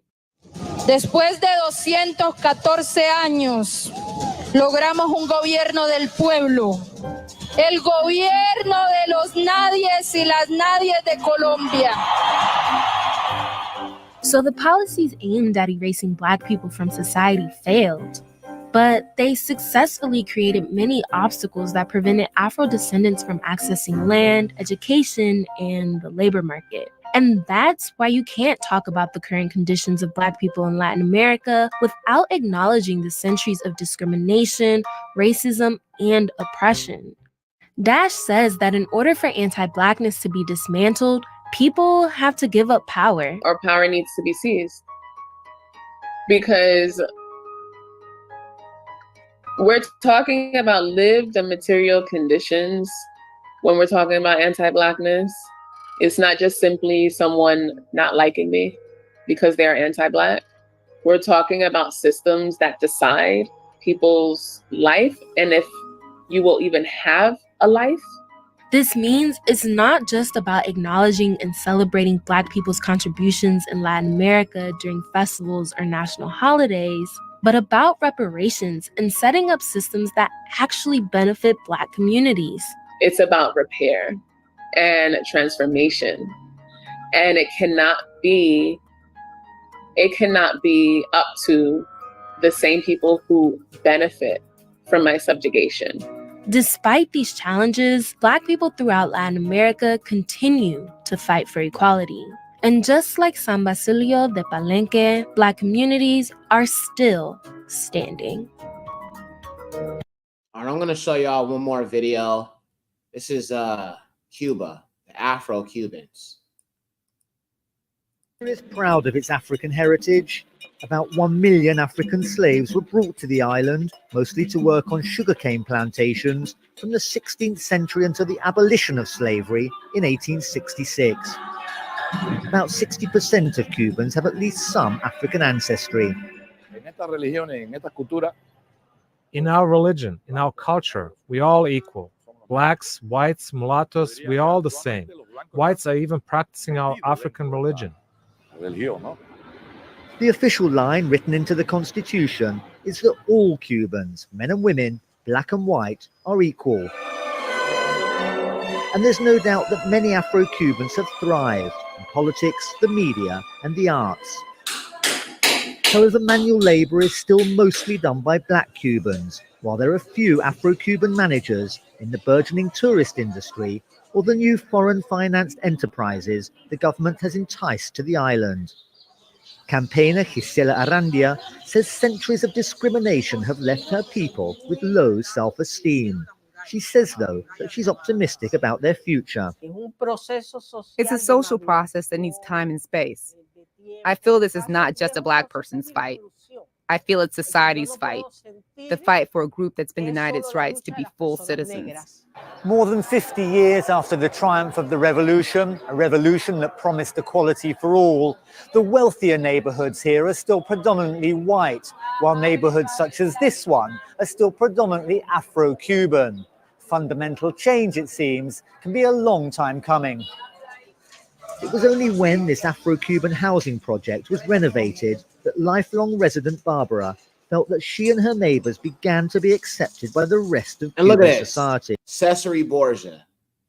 Oh, man, dude. It just irritates me, bro, when I see this pagan image in a black woman's household or a black man's household. Like, this is part of this, you know what I'm saying, deception on our people is this. And this is why I don't think people understand the image of white Jesus and what it's done.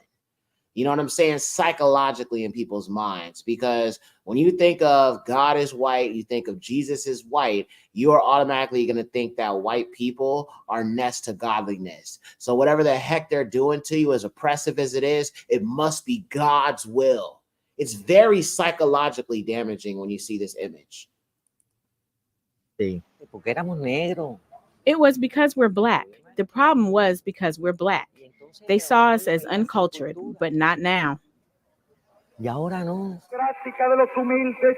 problem is also exacerbated by the aftermath of the very revolution that sought to liberate Cuba's black population. It was predominantly wealthier white Cubans who fled to the United States and now send money to family members who stayed behind.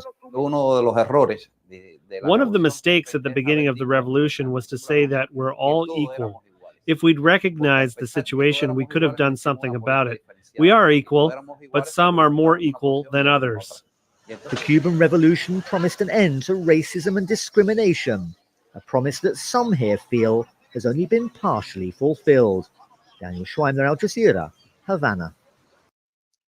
So, I mean, same curses, same people, same tribe, same nation. And that's why we bring out these things. That's why we show these things. We bring it to people's attention, because I think it's important to understand that we've all been affected by the curses of Deuteronomy 28 all around the world. So that's why I'm saying I'm not shocked about all the stuff I'm seeing about the Haitians, because this is just another way to oppress Yahuwah's people and another way to bring out this persecution against us as we continue to awaken to who we are. All right. I'm going to show y'all this last video, and I guess we'll close it out. I got a few other videos, but I just don't know how much more of this I can watch. Would you like to know what the Haitians are calling the food assistance cards? Or Tell me.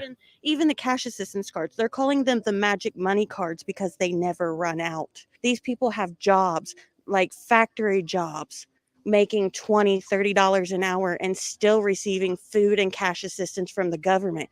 I can't even make over a certain amount a month, or they take my assistance. I don't even have assistance right now because I keep getting denied. I'm homeless. I'm jobless. I'm sleeping on friends' couches because I can't get government assistance because I come from the wrong country, apparently. United States. Yeah. I worked retail before I lost my job back in April. When I do transactions, I can see what comes across on certain cards. I'm not trying to be nosy. I don't want to know what you get. But when a Haitian comes through and spends $500 in food stamps and still has $5,000 on their food assistance card. $5,000? $5,000. The landlord told my mother to her face, you're going to find troubles getting a landlord to rent to you because the government is giving landlords $800 a head to rent to the Haitians. Why? To give them places to live. It's like I said, the government's more worried about bringing in Haitians to live here than they are to take care of their own citizens. We have veterans, people who went and put their lives at risk for us, sleeping on the streets because the Haitians are more important. What do you think should be done? It's not just Haitians here, though. And I want y'all to see how last week they were talking about the Venezuelans. Prior to that, they were talking about the pale Hispanics. Now everything has become Haitian. I want y'all to see, the ping ponging that they've been doing with this whole idea. Okay? Nobody's talking about the Venezuelans and the gangs and the guns and them taking over areas, threatening violence, and so on and so forth. Everything has now become a Haitian problem. When they done took over a large part of Colorado, do y'all see the games they playing with you? Whole ass priority change. Our government is prioritizing the wrong country. Like, I get the US was built on immigration, but that was legal immigration after a while. By the way, the Haitians are here legally. That's what they don't understand. I mean, they have permits to work. They are legally here. That's one thing I can say. They didn't just hop the border and come in. They are, by paperwork, legally allowed to be here. The Haitians, by the way. Like, once everything was regulated, and I have nothing against immigration. I really don't. If you want to go someplace to try and build a better life for yourself, do that. But for our government to totally throw aside national citizens, people that was born and raised here, that's, this is our country, it's our government, and they're treating us like we're the trash. But yeah, you can treat them like they're nothing. Okay, fair enough. All right, family. I'm really interested to hear you guys' thoughts on this whole situation. I'm going to open up the panel and I'm going to drop the link. To those that are Haitian, I would love to hear your story. I know we've got a few of them in the chat. I'm going to post the link in the chat, and I would love to hear what you guys have to say about this. Danielle says, I got to go, Ak. I'll try and get back on. My phone about to die, and I got to take pictures. All right. Also, sis, call me later because we need to talk about that situation with old dude. So, yeah, just call me later, sis. Thank you for showing up, though. All right. Take a picture of one of your units. Okay. No problem, sis. See you later. Love you. All right. Yeah, I'm really interested to hear what some of you guys have to say that are Haitian. And, if you're not Haitian, I just want to understand your perspective on this. I think that this should definitely be a collective conversation. So let me drop the link in here. Okay.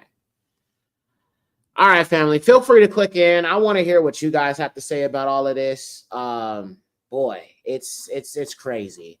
All I can say is I personally just think that this is leading up to persecution of Negroes. Essentially, that's all it really is. I mean, if we all look the same, we all from the same tribe, we all from the same nation, when the Civil War coming, who you think they gunning for? And then they're going to blame the Negroes. And eventually what's going to happen is it's not going to be the Haitian, it's going to be the blacks. The blacks. The blacks are the problem. Now, that's been the narrative for a very, very long time. But because these people are Haitian and they look like us and they are us, essentially, they are our people, they can lump all this in with black people and just be like, the blacks are the problem. That's where you get your Civil War. So just understand that there is a building up that's taking place right now. So are they trying to deport Haitians unlike the non-black immigrants? Now they're giving them thousands of dollars? Yeah, okay, right. Sister Betty says, this government's been mistreating its people even now today. September 13, 2024 is not the Haitians. Right. And like I said, when it comes to, the Venezuelans, because, you got some Afro-Venezuelans too. Let's not forget that. The Venezuelans that are taking over a lot of these areas are actual gangs. And they have heavy duty bang-bangs.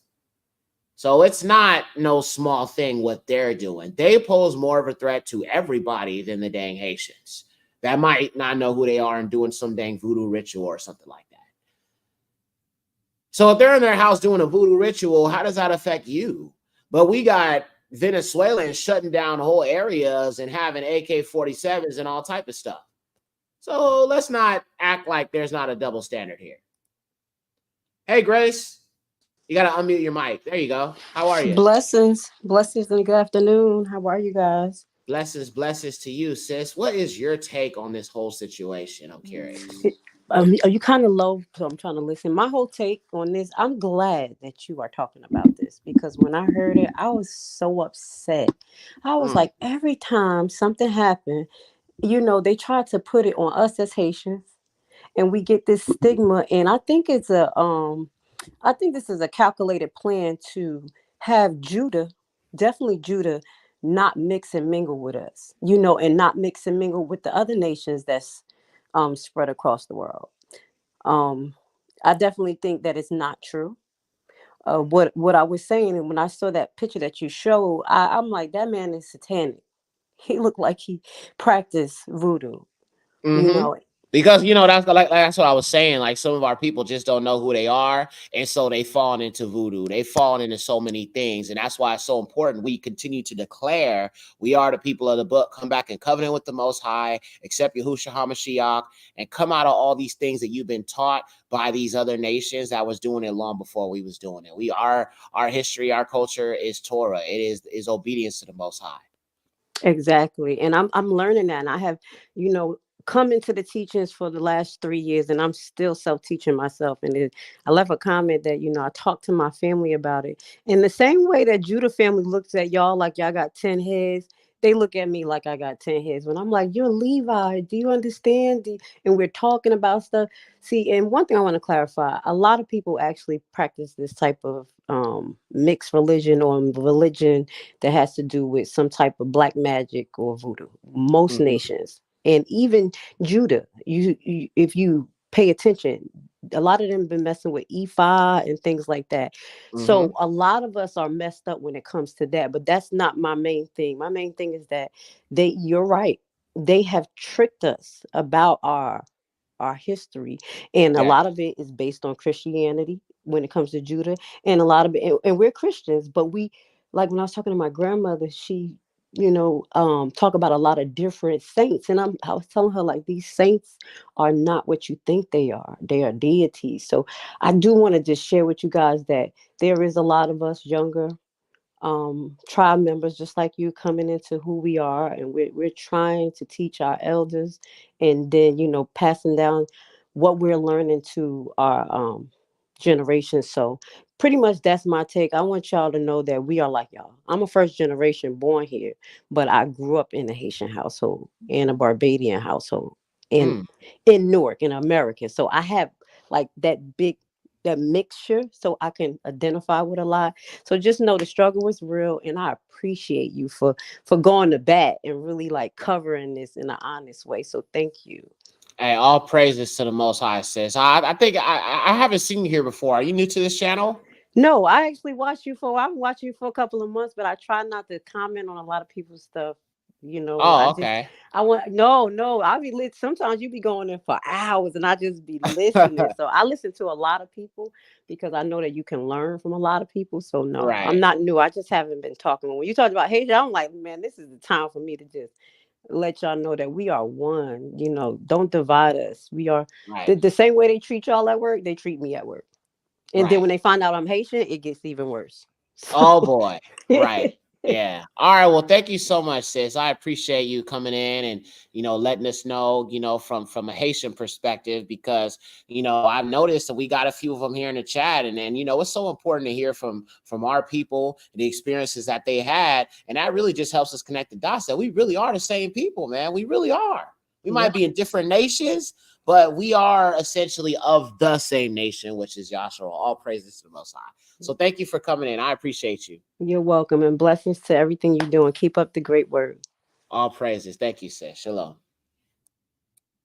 All right. So there it is. Now, okay, let me say this. Now when it comes to Levi, Levi is of the southern kingdom, right? So you've got Benjamin or Benjamin, you've got Yehuda, and then you've got Levi or Louis. Some of the people taken into the transatlantic slave trade could be of the Benjamin, the Benjamins, or they could be Levi.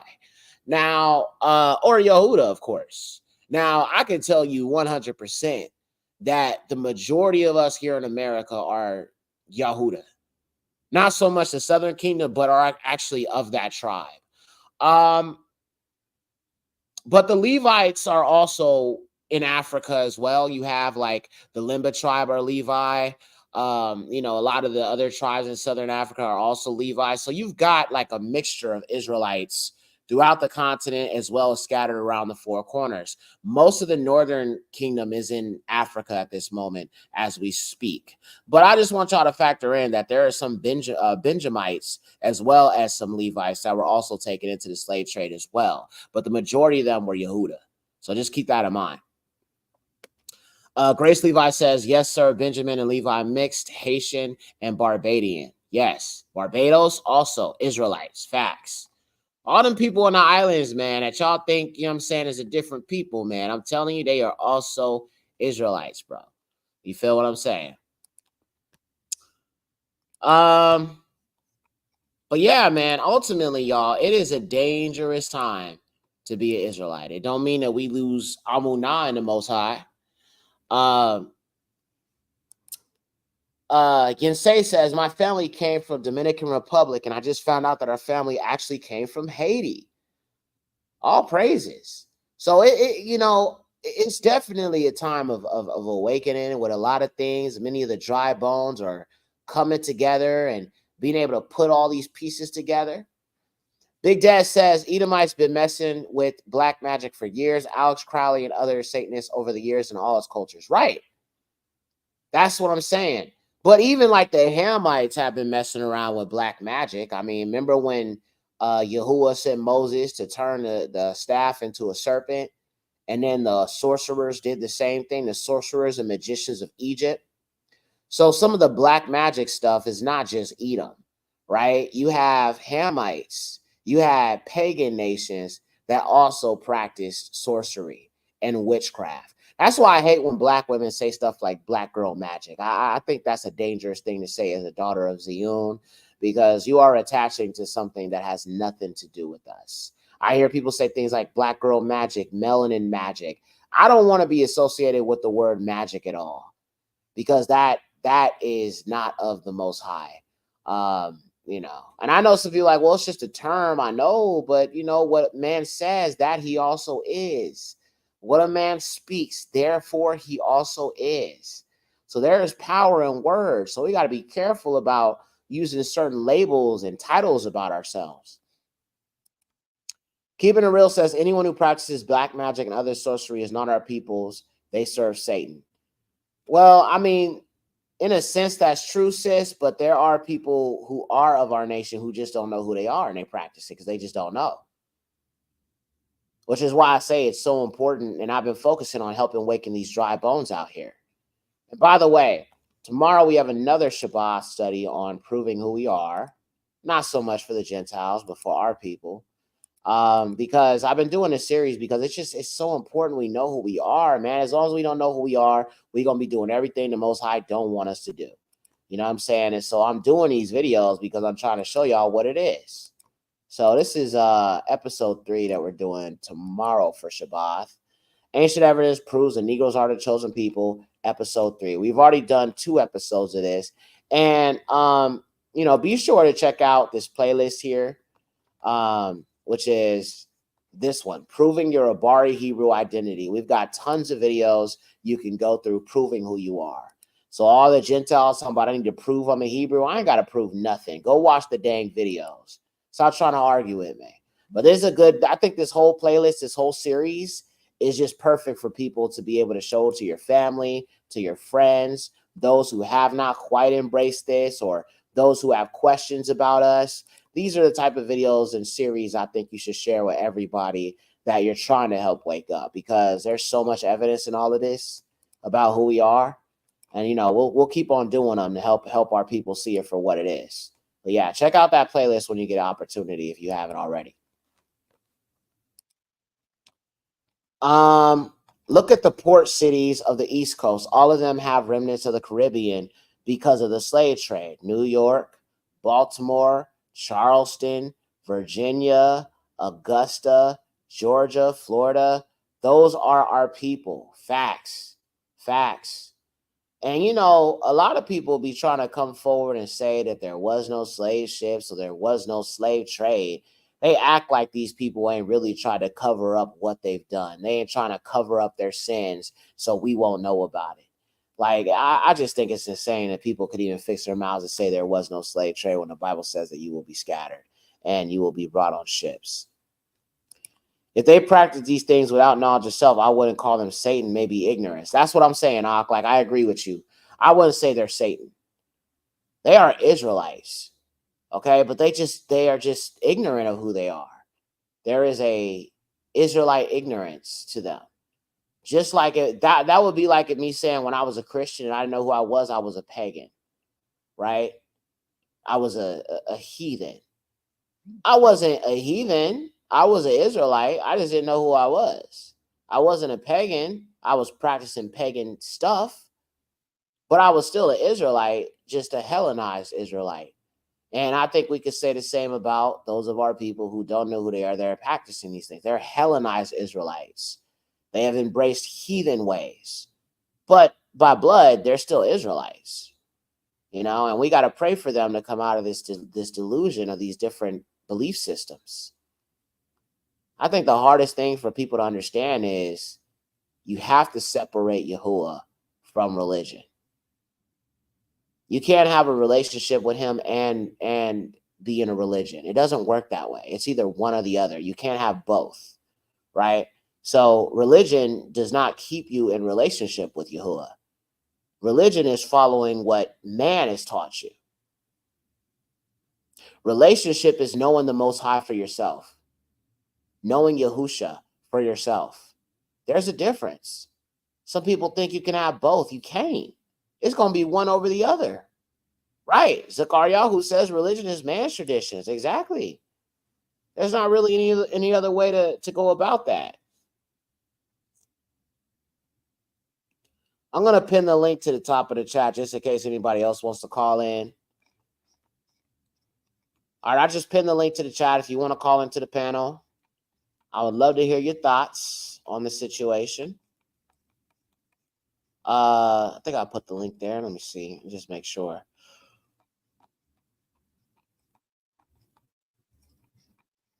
Okay, cool. All right, we got the link posted in the pinned. It's at the pinned. It's at the very top of the chat.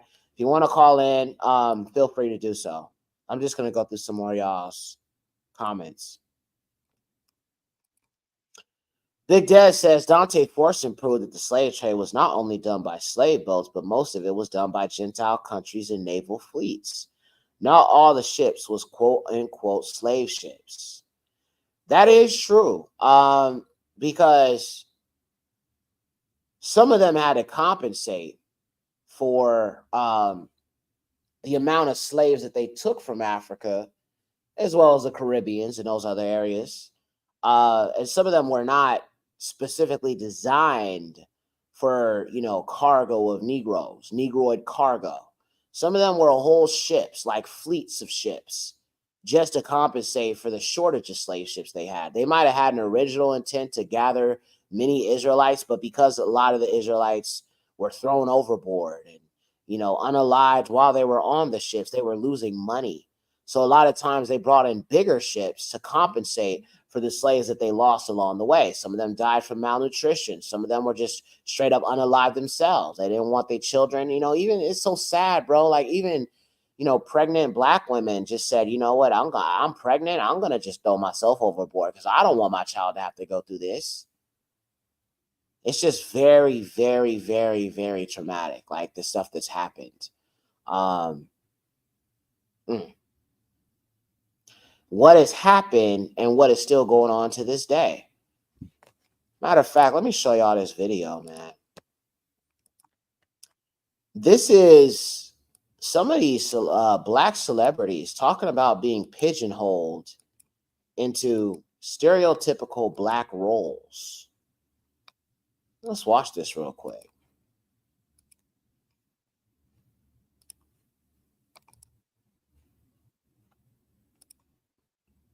I was auditioning.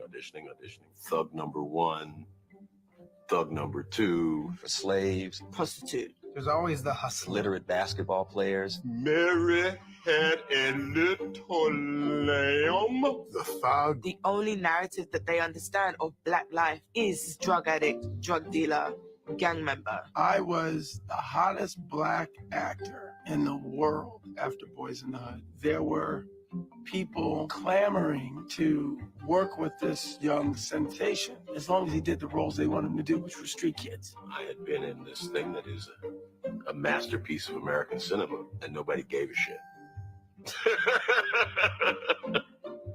They really didn't give a fuck. I auditioned for my first pimp part. My mother's all proud. You know, be the best pimp you can be. The whole church is praying for me. Let's pray that Brother Robert gets the role of Silky Good Dick. The film is called Holes on the Stroll. It sounds like a musical. And then that's when the filmmaker was born. I said, man, we can't let Hollywood tell our stories. We got to tell our own stories, dude. They'll make us do anything and everything, and these images travel around the world. They have a perception of us that ultimately is false. I hear a lot of people say, oh, well, you know, I mean, America's not racist anymore. You can become an actor. You can do this. You can do that. But it's still the same stereotypes being thrown around to help reinforce these ideologies. It's actually another video I wanted to share with you guys. I forgot to show this to you earlier. Let me show y'all this next video real quick.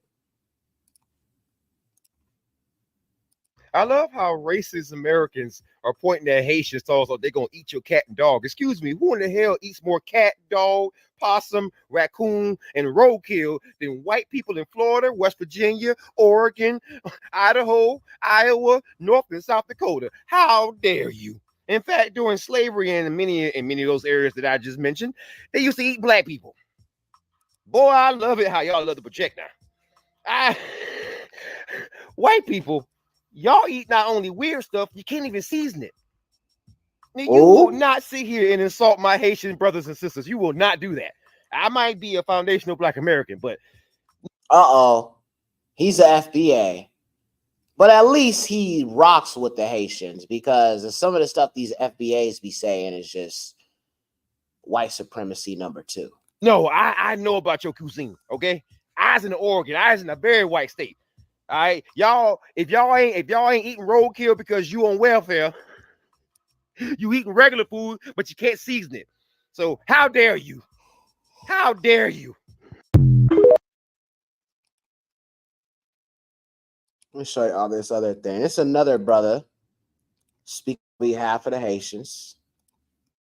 In the news last week, you probably heard a whole lot of hate, a whole lot of racism, and simply put, a whole lot of lies. But that's not the Springfield, Ohio that I know. Springfield is my hometown. It's the place that raised me. It's the place that I call home. And it's the place where many welcome the thousands of Haitian immigrants who moved here not only for a chance of safety and stability, but because our city desperately needed them and the economic boost that they most definitely have provided. Now, James David Vance and Donald Trump and others have been the loudest voices spreading lies about violence and eating pets and rising crime. But I say, not for long. I too am now raising my voice to speak up loudly for our Haitian family. And I know you will too. It's not lost on me, family, that Vance and Trump are drawing on age-old stereotypes that paint non-white immigrants as disgusting, dependent, and dangerous. And as a Black man, I can't help but hear and detest the familiar accusations against us for centuries, that we as Black folks were beast animals, that we were threats to people and society. And just as those then have always been lies designed to dehumanize us and maintain white power, they are lies now too. But what I want you to know about my hometown, the Rose City, the Champion City, is that we are more than this hate. Yes, we are navigating challenging, intense times of change, but we, Springfield, we're scrappy. We're a little rough around the edges, but we're resilient as hell, and we take care of each other. And now we have thousands of Haitian neighbors to laugh and to pray with and to eat with and to work alongside. What a blessing. So let's stay focused on solutions. Let's stay focused on hope. Let's stay focused on love, because champions, we always find a way. We find a way for everybody to win. And we're still in this together. All right, so not everybody is coming at the Haitians. Many of them are saying, well, you know what? We got to stand with them. We got to treat them right. We got to love on them. I mean, they sure ain't getting love from the other nations, so why would we become like the other nations? I'm just saying. I mean, considering the fact that we're Yasharal, don't y'all think that we should also treat them because they are of our people with love and respect? I pray for our people all the time. All right, I think that's pretty much it. I got a bunch of other videos, but I don't know if I want to show them because it's just a bunch of these Caucasians saying the same thing over and over again, and I kind of feel like there's not much more to say.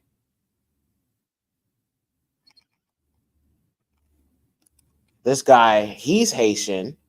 Let me show you this one, actually. This is, I guess he's Haitian. I don't know. I don't know if he is Haitian, but he said what they're saying is true. So let's get his perspective.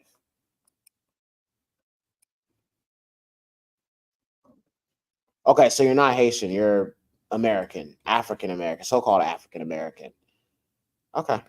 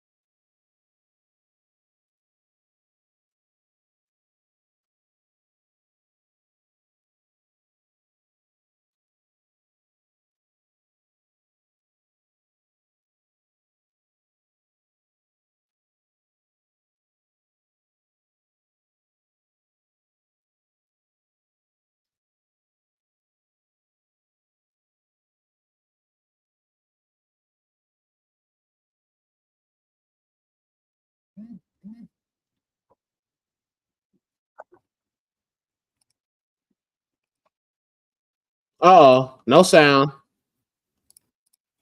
Uh-oh, no sound. My bad, y'all. I don't know why it always does that, bro. Okay, hold on, gang.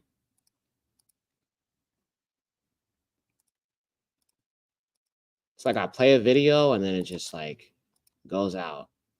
Okay, so this guy says he is from the Caribbeans and he says that what is being said about the Haitians is true.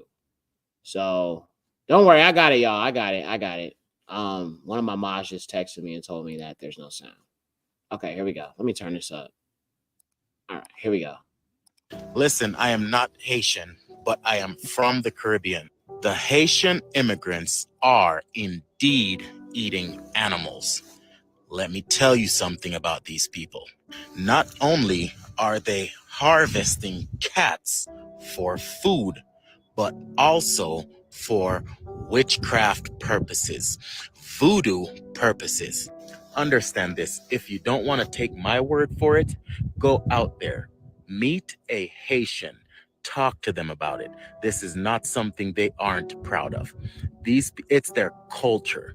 They eat these animals and they use the blood and bones of these animals for voodoo and witchcraft purposes. This is not a joke. The fact that they are here illegally, Kamala did say she gave them a temporary protection, over 100,000 of them. But here's the thing. For good luck purposes, they will harvest cats They will use the blood and the bone of these cats. They consume these things because they believe it brings good luck and good juju. This is not a joke, it's a fact. This is their culture. This is what they believe. They will die on a hill on this belief. Like I said, meet a Haitian, talk to them about it. This is not something I'm guessing. This is something I am telling you. I've had conversation with these people. I know of plenty of these people who, in Jamaica, where I am from, they have a great relationship with wrongdoers in Jamaica. These people they trade good, well, not mine, but our Jamaican good ganja for weed, for cocaina, and for pew-pews. And every single move they make, they perform their rituals, which they believe after these rituals, they will not get touched, they will not get caught by the police or by law enforcement, Coast Guard, the military, whatever. They have very well success rate when it comes to traveling by boat across the Jamaican Haitian border. They do this damn near weekly. Like I said, this is not speculations from me. This is a fact. I am telling you, I know these people. I know what I'm talking about. I could even go into more details of the things they do when it comes to their rituals based off of stories that I've heard from them directly. But due to the sensitivity of TikTok, I'll leave that alone. But understand this, those ducks / geese / dogs / cats, they are going missing. They are eating them. They are harvesting their blood for witchcraft and voodoo purposes. I'm not capping. Do not come on here, white liberals and black liberals. Do not come on here and tell me that I'm capping or I'm talking bullshit or I don't know what I'm saying. This is stuff I personally have spoke with these people about. Okay. All right. Enough. The music and everything else is just a little much for me. But yeah, so like I said, you've got some of that stuff going on, but that is not everybody. Tasha is in the building. Hey sis, all praises to the Most High. So that's it, man. That's all I gotta say. I pretty much covered everything that I wanted to cover for the most part. Just be careful out there, family. Just be careful out there. It is a dangerous time to be Yasharal, and I think we should just be careful. A lot of this stuff you're seeing is leading up to a narrative that is against Negroes.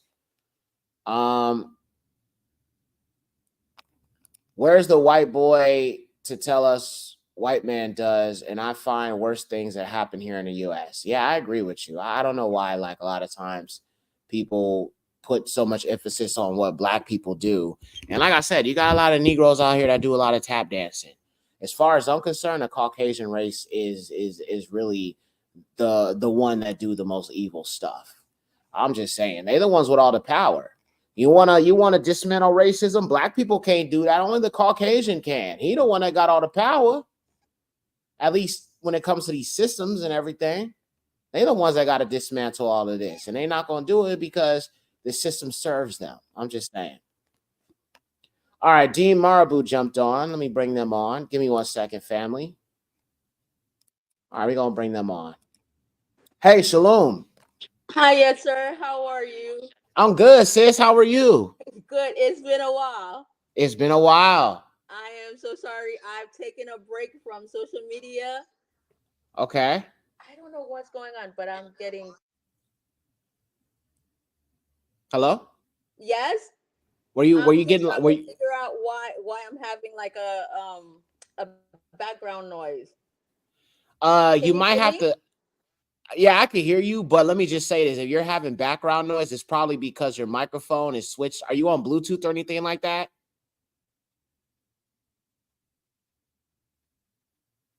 Hello? Yeah, I guess. I don't know. My husband's trying to fix it here. So if you switch, yeah, I hear you. I hear you perfectly. What you have to do is switch it to your default microphone. That'll be if you're on your phone, it's the default microphone. Don't select anything other than that because it will cause that background echo sound.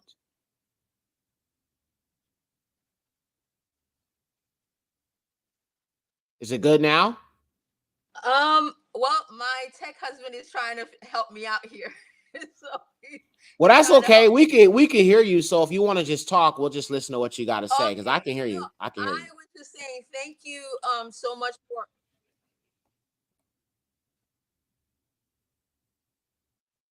I was saying thank you so much for your covering of this, and the last video really annoyed me because first of all, I am in my late 40s, entering 50s.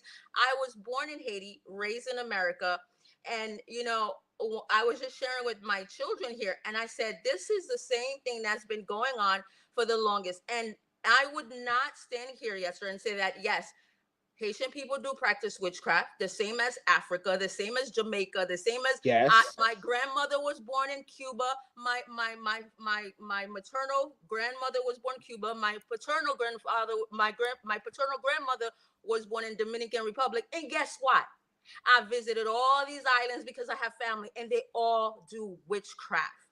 Mm-hmm. So that whole thing about it's only about Haiti, I am getting really tired because at the end of the day, just because Haitians do witchcraft, I'm Haitian, and that doesn't mean that I didn't grow up in it. By the grace of the Most High, we were raised in church. I was born and raised in Christianity, which was mind control either way, now that I realize it. But at the same time, it was mind control. But what I'm tired of, I said, when I was growing up in Haiti, I was sharing with my kids, they do one thing that I see that Western world have done, which is that they try to turn every Negro against each other.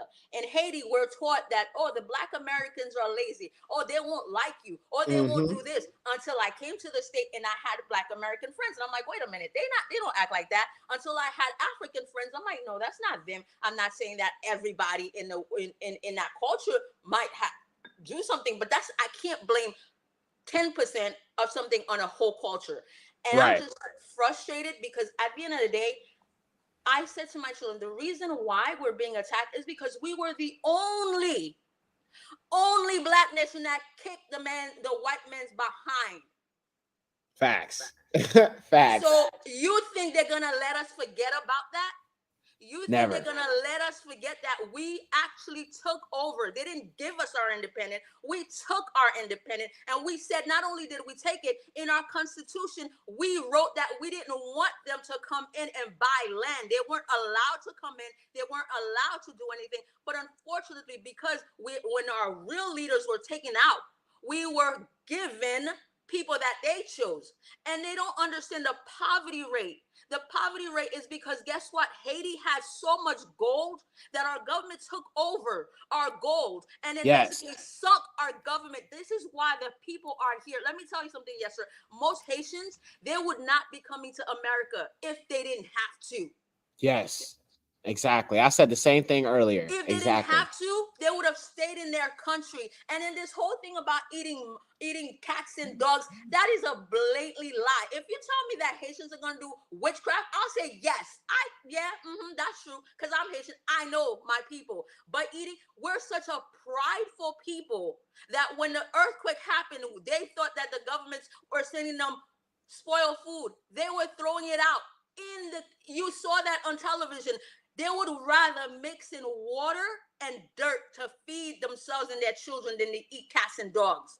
Right. And I showed people the video of that. I showed them a video that they make like these dirt cookies because they're struggling. It makes them sick, but it's like, what else can they do? They have nothing. The government has sucked away the resources. They're not sitting there eating this whole animal, this crap that people are saying. I'm sorry. I am so frustrated. It's a narrative, and now you're putting innocent people's lives in danger. Yes, thank Was you. showing me my son was showing me a video that this guy, this white guy, went in there and he was trying to interview them, and most of them were like, no, we don't do that. But you know what, that whole narrative that they want to put on us, and I'm like, you know what, enough is enough, because now what you have is you have innocent people who came to the state.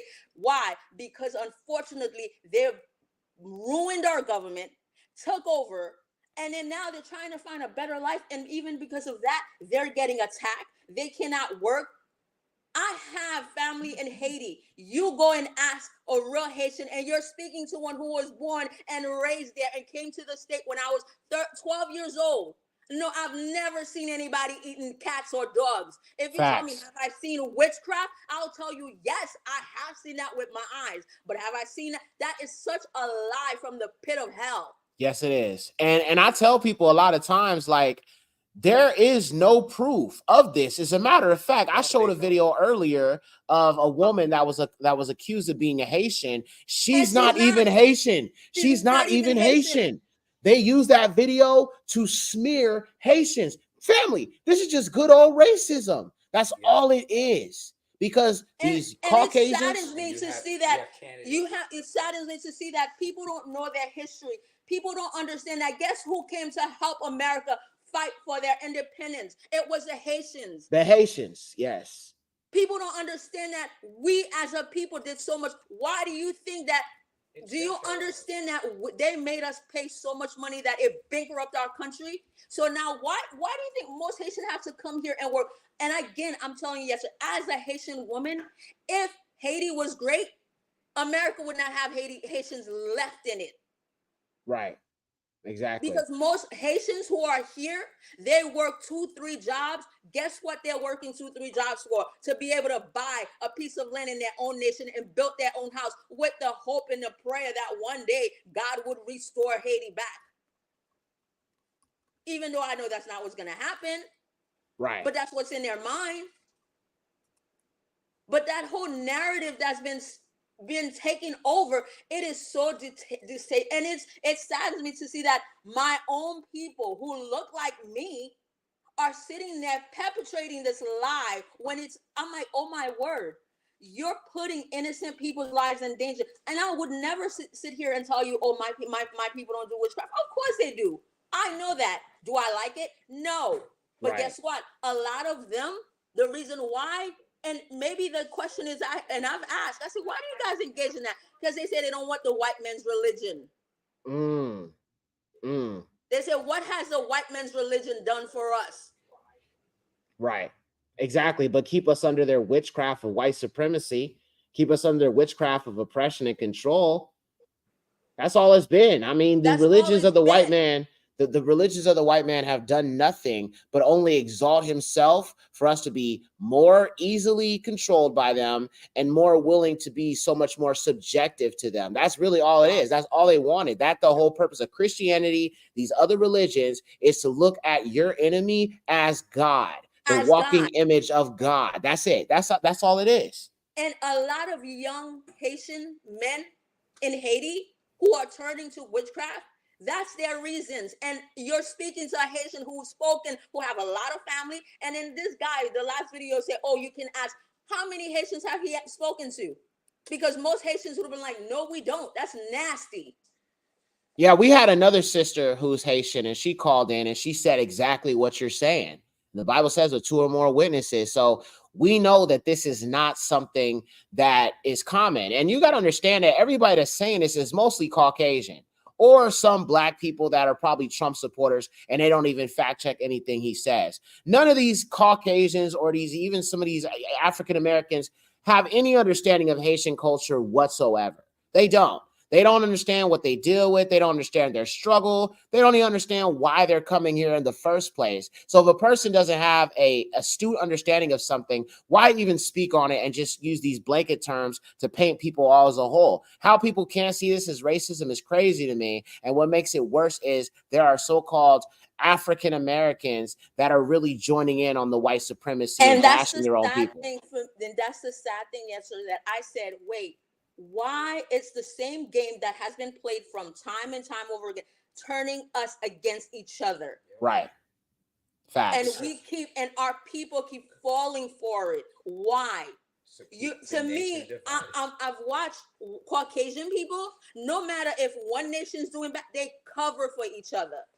And not to say cover for sin, not at all. But they know they're not going to speak. But then I'm like, it saddens me to watch that. Wow, you look like us. You're part of us. But then you're sitting there perpetuating this lie. What are you going to gain from it? What you think that the couple dollars or whatever that they give you is going to make you better? What are you gaining from that? Putting innocent people's lives in danger. Right. It saddens me. And I'm just like, it's kind of like I was sharing with my husband and my kids just now. When I was in high school in Brooklyn, New York, there was a whole lie that was perpetrating that Haitians were the one who brought in AIDS. And that was the first time I said that I never cut school. That was the first time I cut school. I was like, no, we're not going to take this. And I'm going to say that it's also, they're doing the same thing with the African people, right? So some of our people that are the nation, that are in the continent, they are also pushing this narrative about African people. And I'm like, okay, so y'all see they did the Africans, because you got Africans coming here as well. Then you have the Haitians coming here. All of this is about separation of the Negro people, right? Of course, you got some Hamites coming here, but it's mostly people from Nigeria who are people. You got people from the Congo who are coming, who are people. So it's they know what they're doing. They know what they're doing. And, you know, you told me something that I think is very interesting. You said that you were told that a certain narrative about so-called African Americans were lazy and were criminals and were this and that. I've talked to other people from like the Caribbean, people that came from like, you know, the islands of Santo Tome and Jamaica and stuff like that. They said they've been told the same thing until they talked to us and they saw that that wasn't true. This is nothing but the colonizer. Exactly. So they want us divided. That is ultimately the goal here. Exactly. That's it. Exactly. We gotta get wise to their plans. This is yes, sir. It's so frustrating. Yesterday when my son was showing me the video, I'm sitting there watching. I'm like, wait, is this for real? Is this really happening again? Enough is enough. Like, these people, believe me, they're putting their lives at risk to leave their family and come here and do better for themselves. And this is what people are sitting there saying. And to me, I'm like, I'm sorry, are these people that dumb? Because if they're receiving $5,000, you're gonna tell me you're receiving all that money and you choosing to eat cats and dogs? How dumb can you be? Right, $7,000 in food stamps, and you're telling me they're eating cats? That is the most goofiest thing I've ever heard in my life. I'm sorry, that is just goofy. You got to be dumb to believe. That's one thing that made me question the narrative. Is like, if they're getting $7,000 or something in food stamps, why would they be eating animals? That makes no sense. Like, why would they be eating animals if they're getting that kind of money? Right. And I'm like, wow. And people are buying this, and people are believing this. And well, sis, is so sad. Thank you so much for calling in, sis. I appreciate you doing so. I think that I'm gonna bring on this other sister. I know she got some things to say, but if you got more you want to say, stick around. I can bring you back on. But thank you so much, and I've missed you all. I hope you're doing well. And again, I took a break, and today when my son was playing, I heard him playing. I said, "Wait, is this Yes Sir?" And I said, "Oh, let me hear what Yes Sir." And then I heard the last video. That's what pissed me off. Yes, Sir. I was like, "Wait." The Most High's timing is perfect, and I hope so. Now that you back on social media, that means you back with us, right? We expecting to see you, sis. You and your hubby. Okay. All praises. We love you. We hope you guys have a wonderful day. Thank you again for really taking your time and covering this. Thank you. Absolutely. Blessings to you and your family, sister. Love you so much. Shalom. All right. Bye-bye. Bye-bye. All right, Idel, I'm going to bring you on in just a second. I want to address this person. Melanated by your Uwas in the building. Shalom, family. American Soul, listen, you sound like to me like a FBA, right? I am not a Pan-African. I am an Israelite, okay? Big difference. We don't believe all of Africa are our brothers and sisters. It is the people of the Israelite nation. We don't rock with every single African, but we love our people that are from the continent that are biblically brought here, as the scriptures say, on slave ships. But there are many of our people who are in the continent right now that are of the same tribe, same nation, and same bloodline as us. So if you think that I am Pan-African, you goofy for that. Which is why I'm just saying, you're talking out two sides of your mouth. Because you over here talking about, oh, these people and this and that. Like I said, if you disagree, why don't you call in instead of, running your mouth in the comments section? It's an open discussion. All right, Idel, what's up, sis? Shalom. You got to unmute your mic.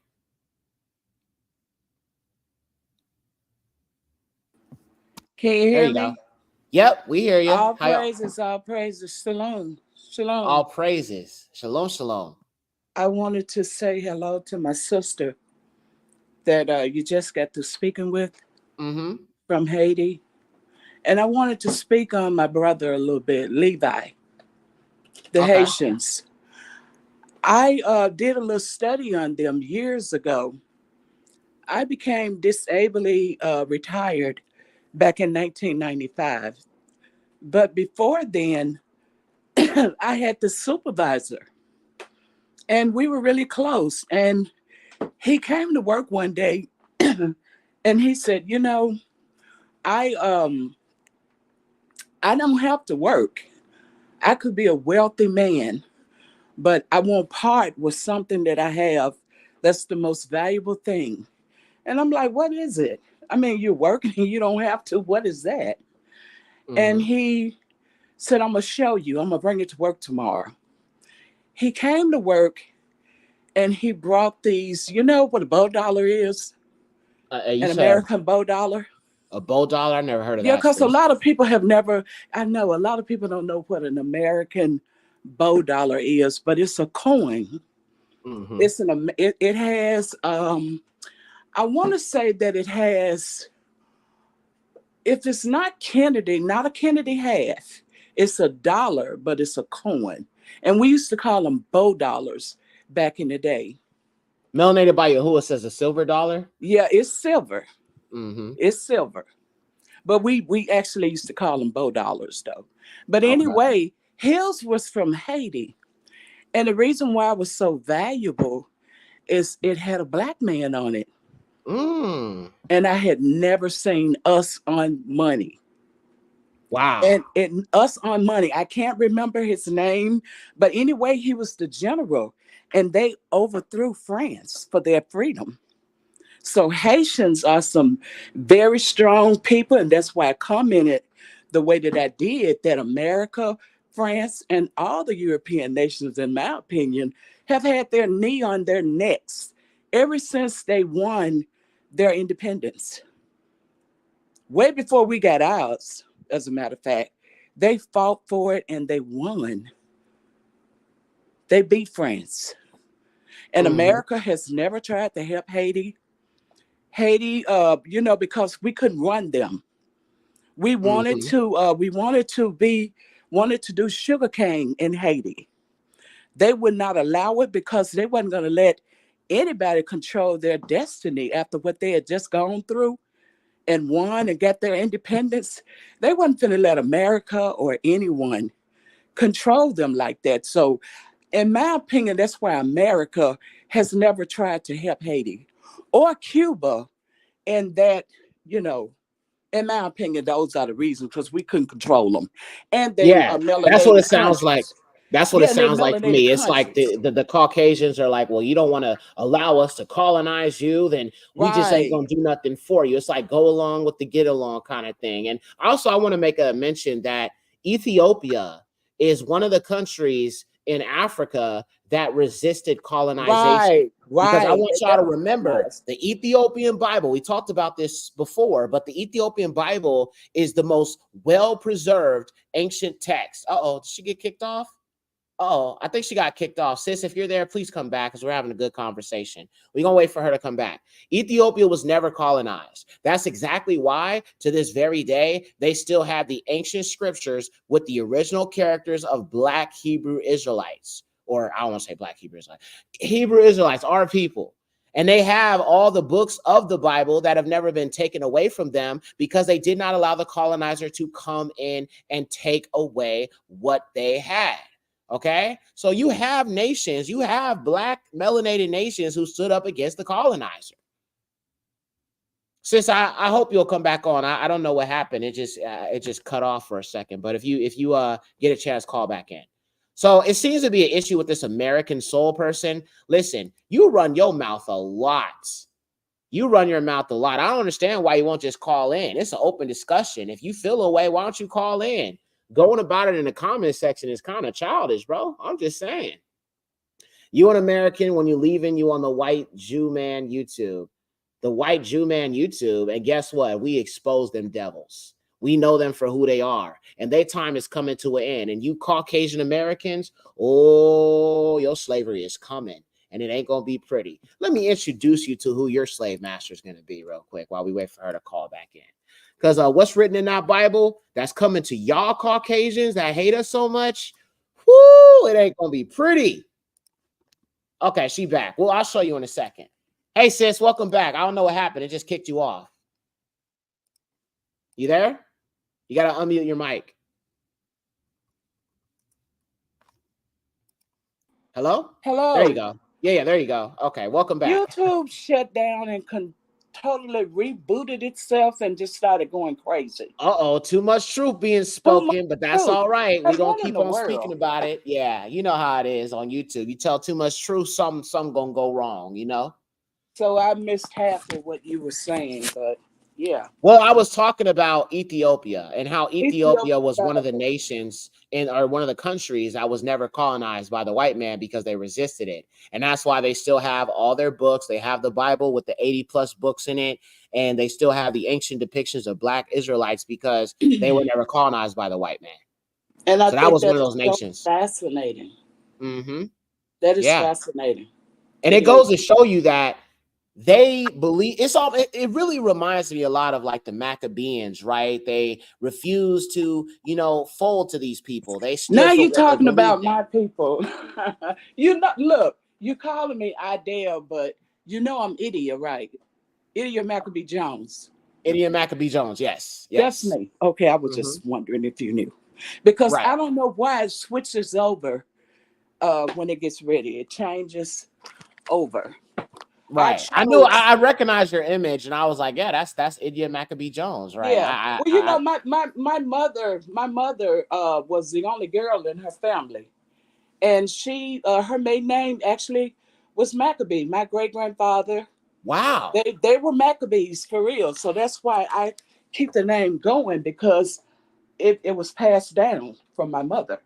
All praises to all of her brothers.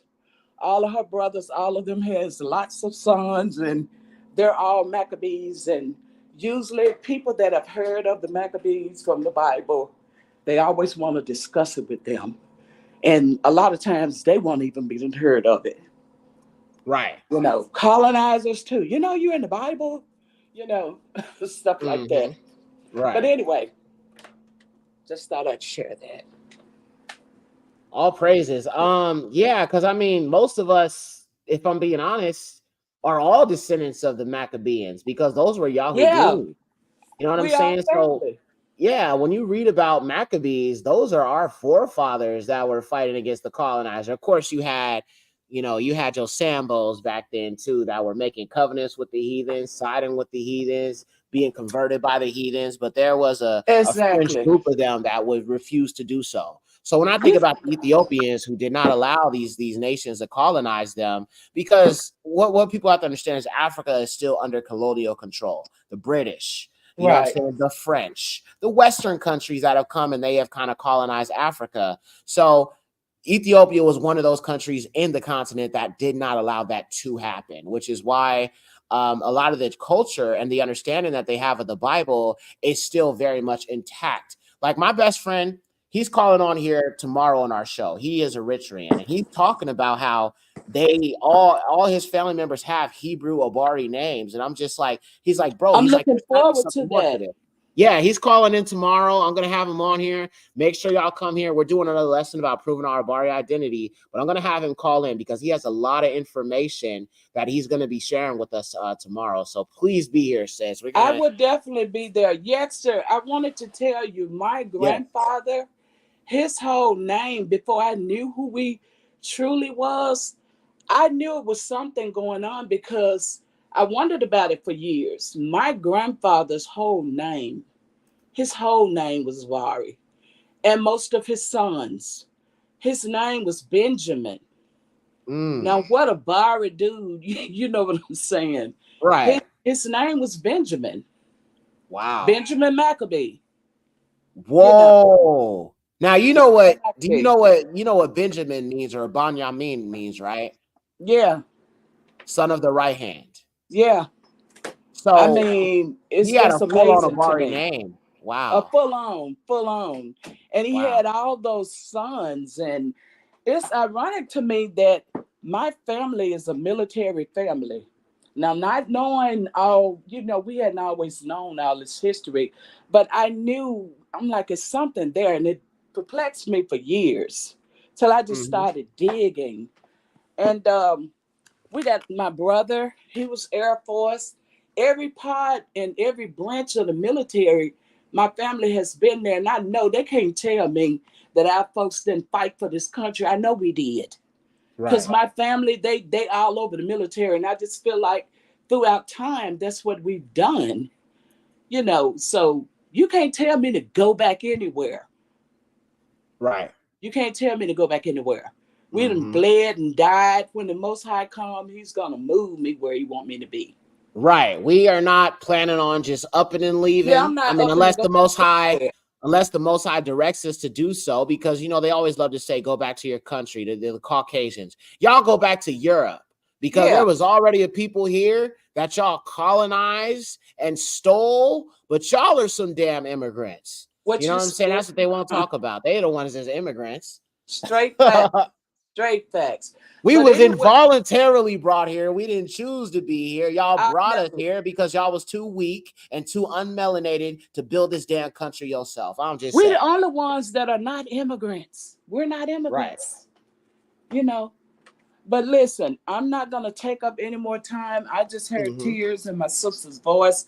I can't stand that. I just had to call and give some kind of words of encouragement to let her know. I know they are strong people, been knowing it for years. Haitians, hey, they coming for it. You hear me? They ain't playing none of that.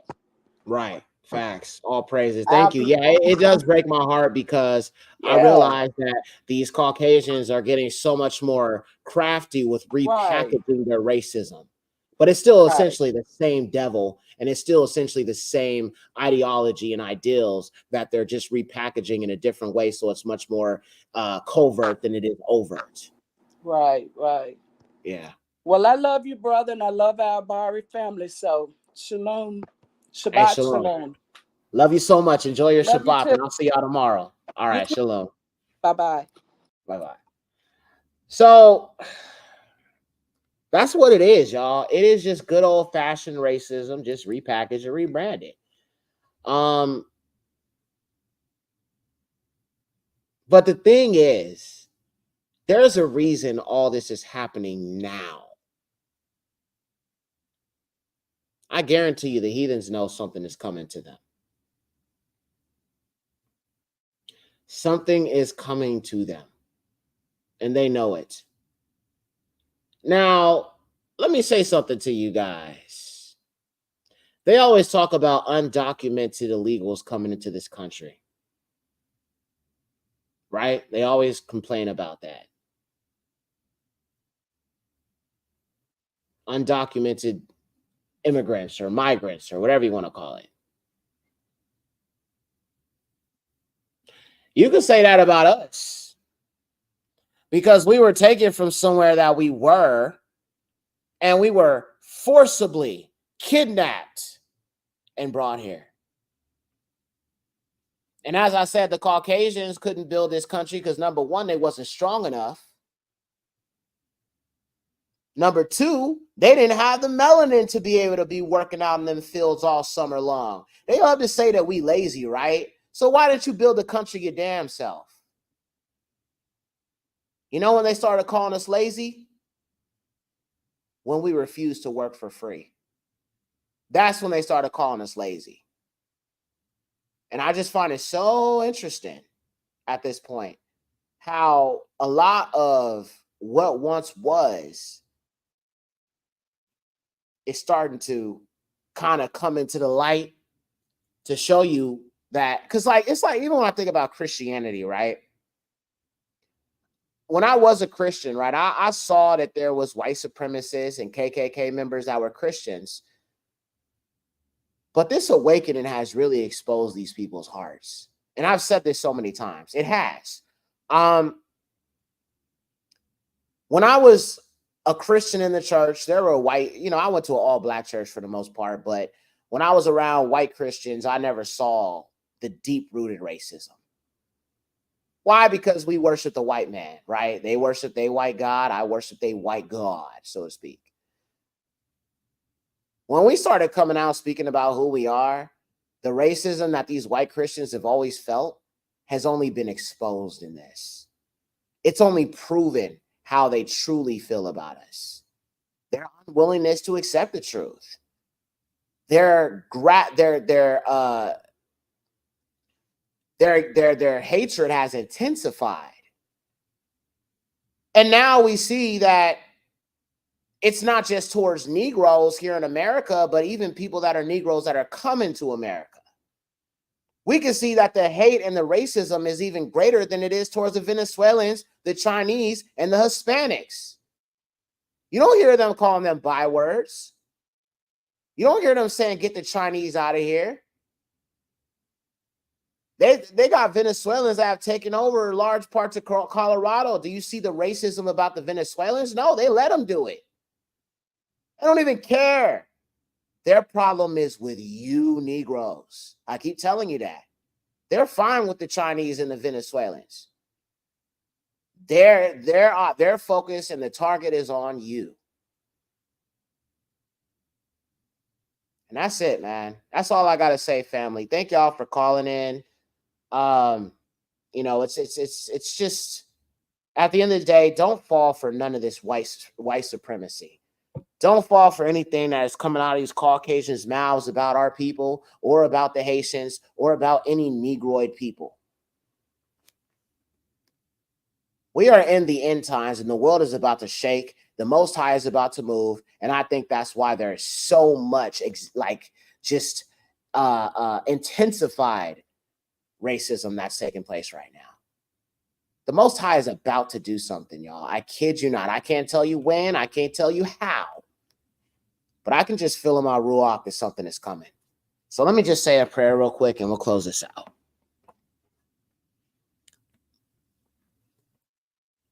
Father Yahuwah, our creator. Father, we know that we are living in some very, very, very, very, very turbulent times.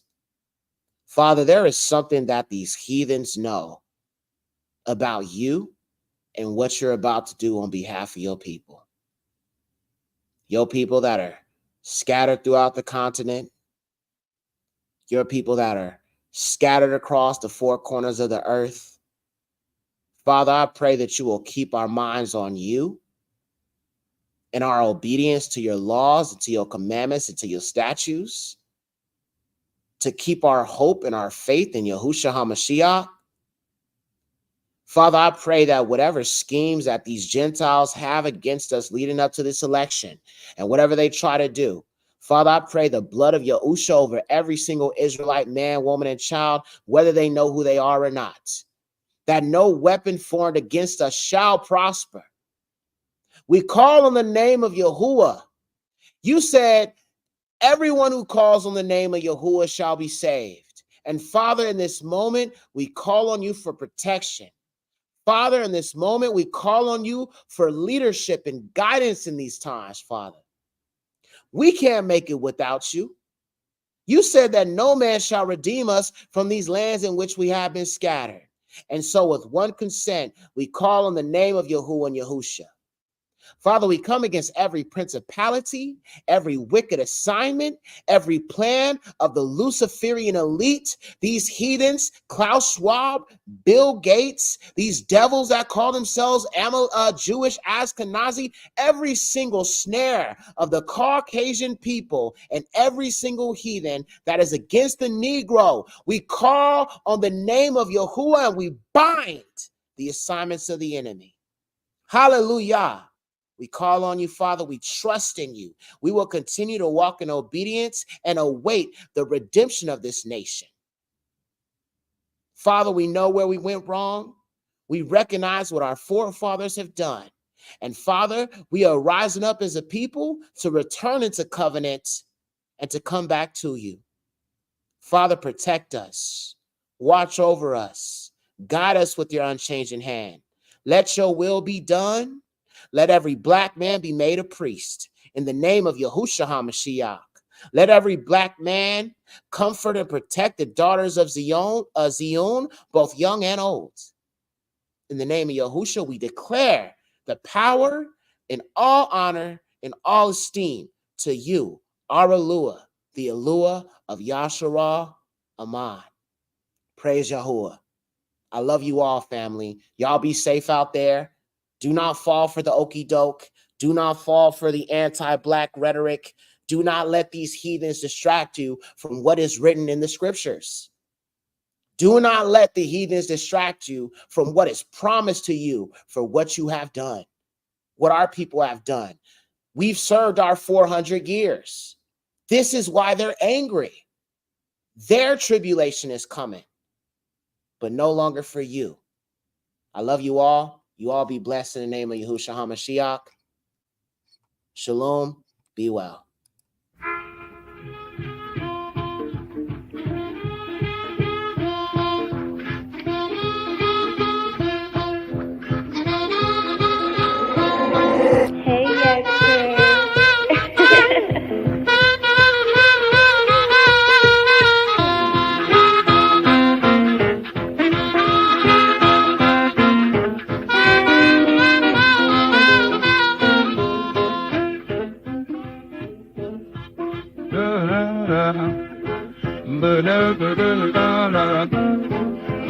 Spiritually unseen, tell me what do you mean? We wrestle not against flesh and blood, conspiracy theories to pull out the mud.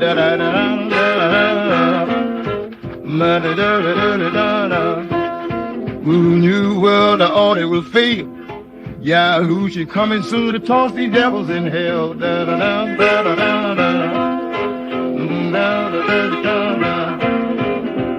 Yaks are serving up the truth. I say yaks are serving up the truth. The spiritually unseen podcast will wake up the youth. I said no to the new world order. It stank like body odor.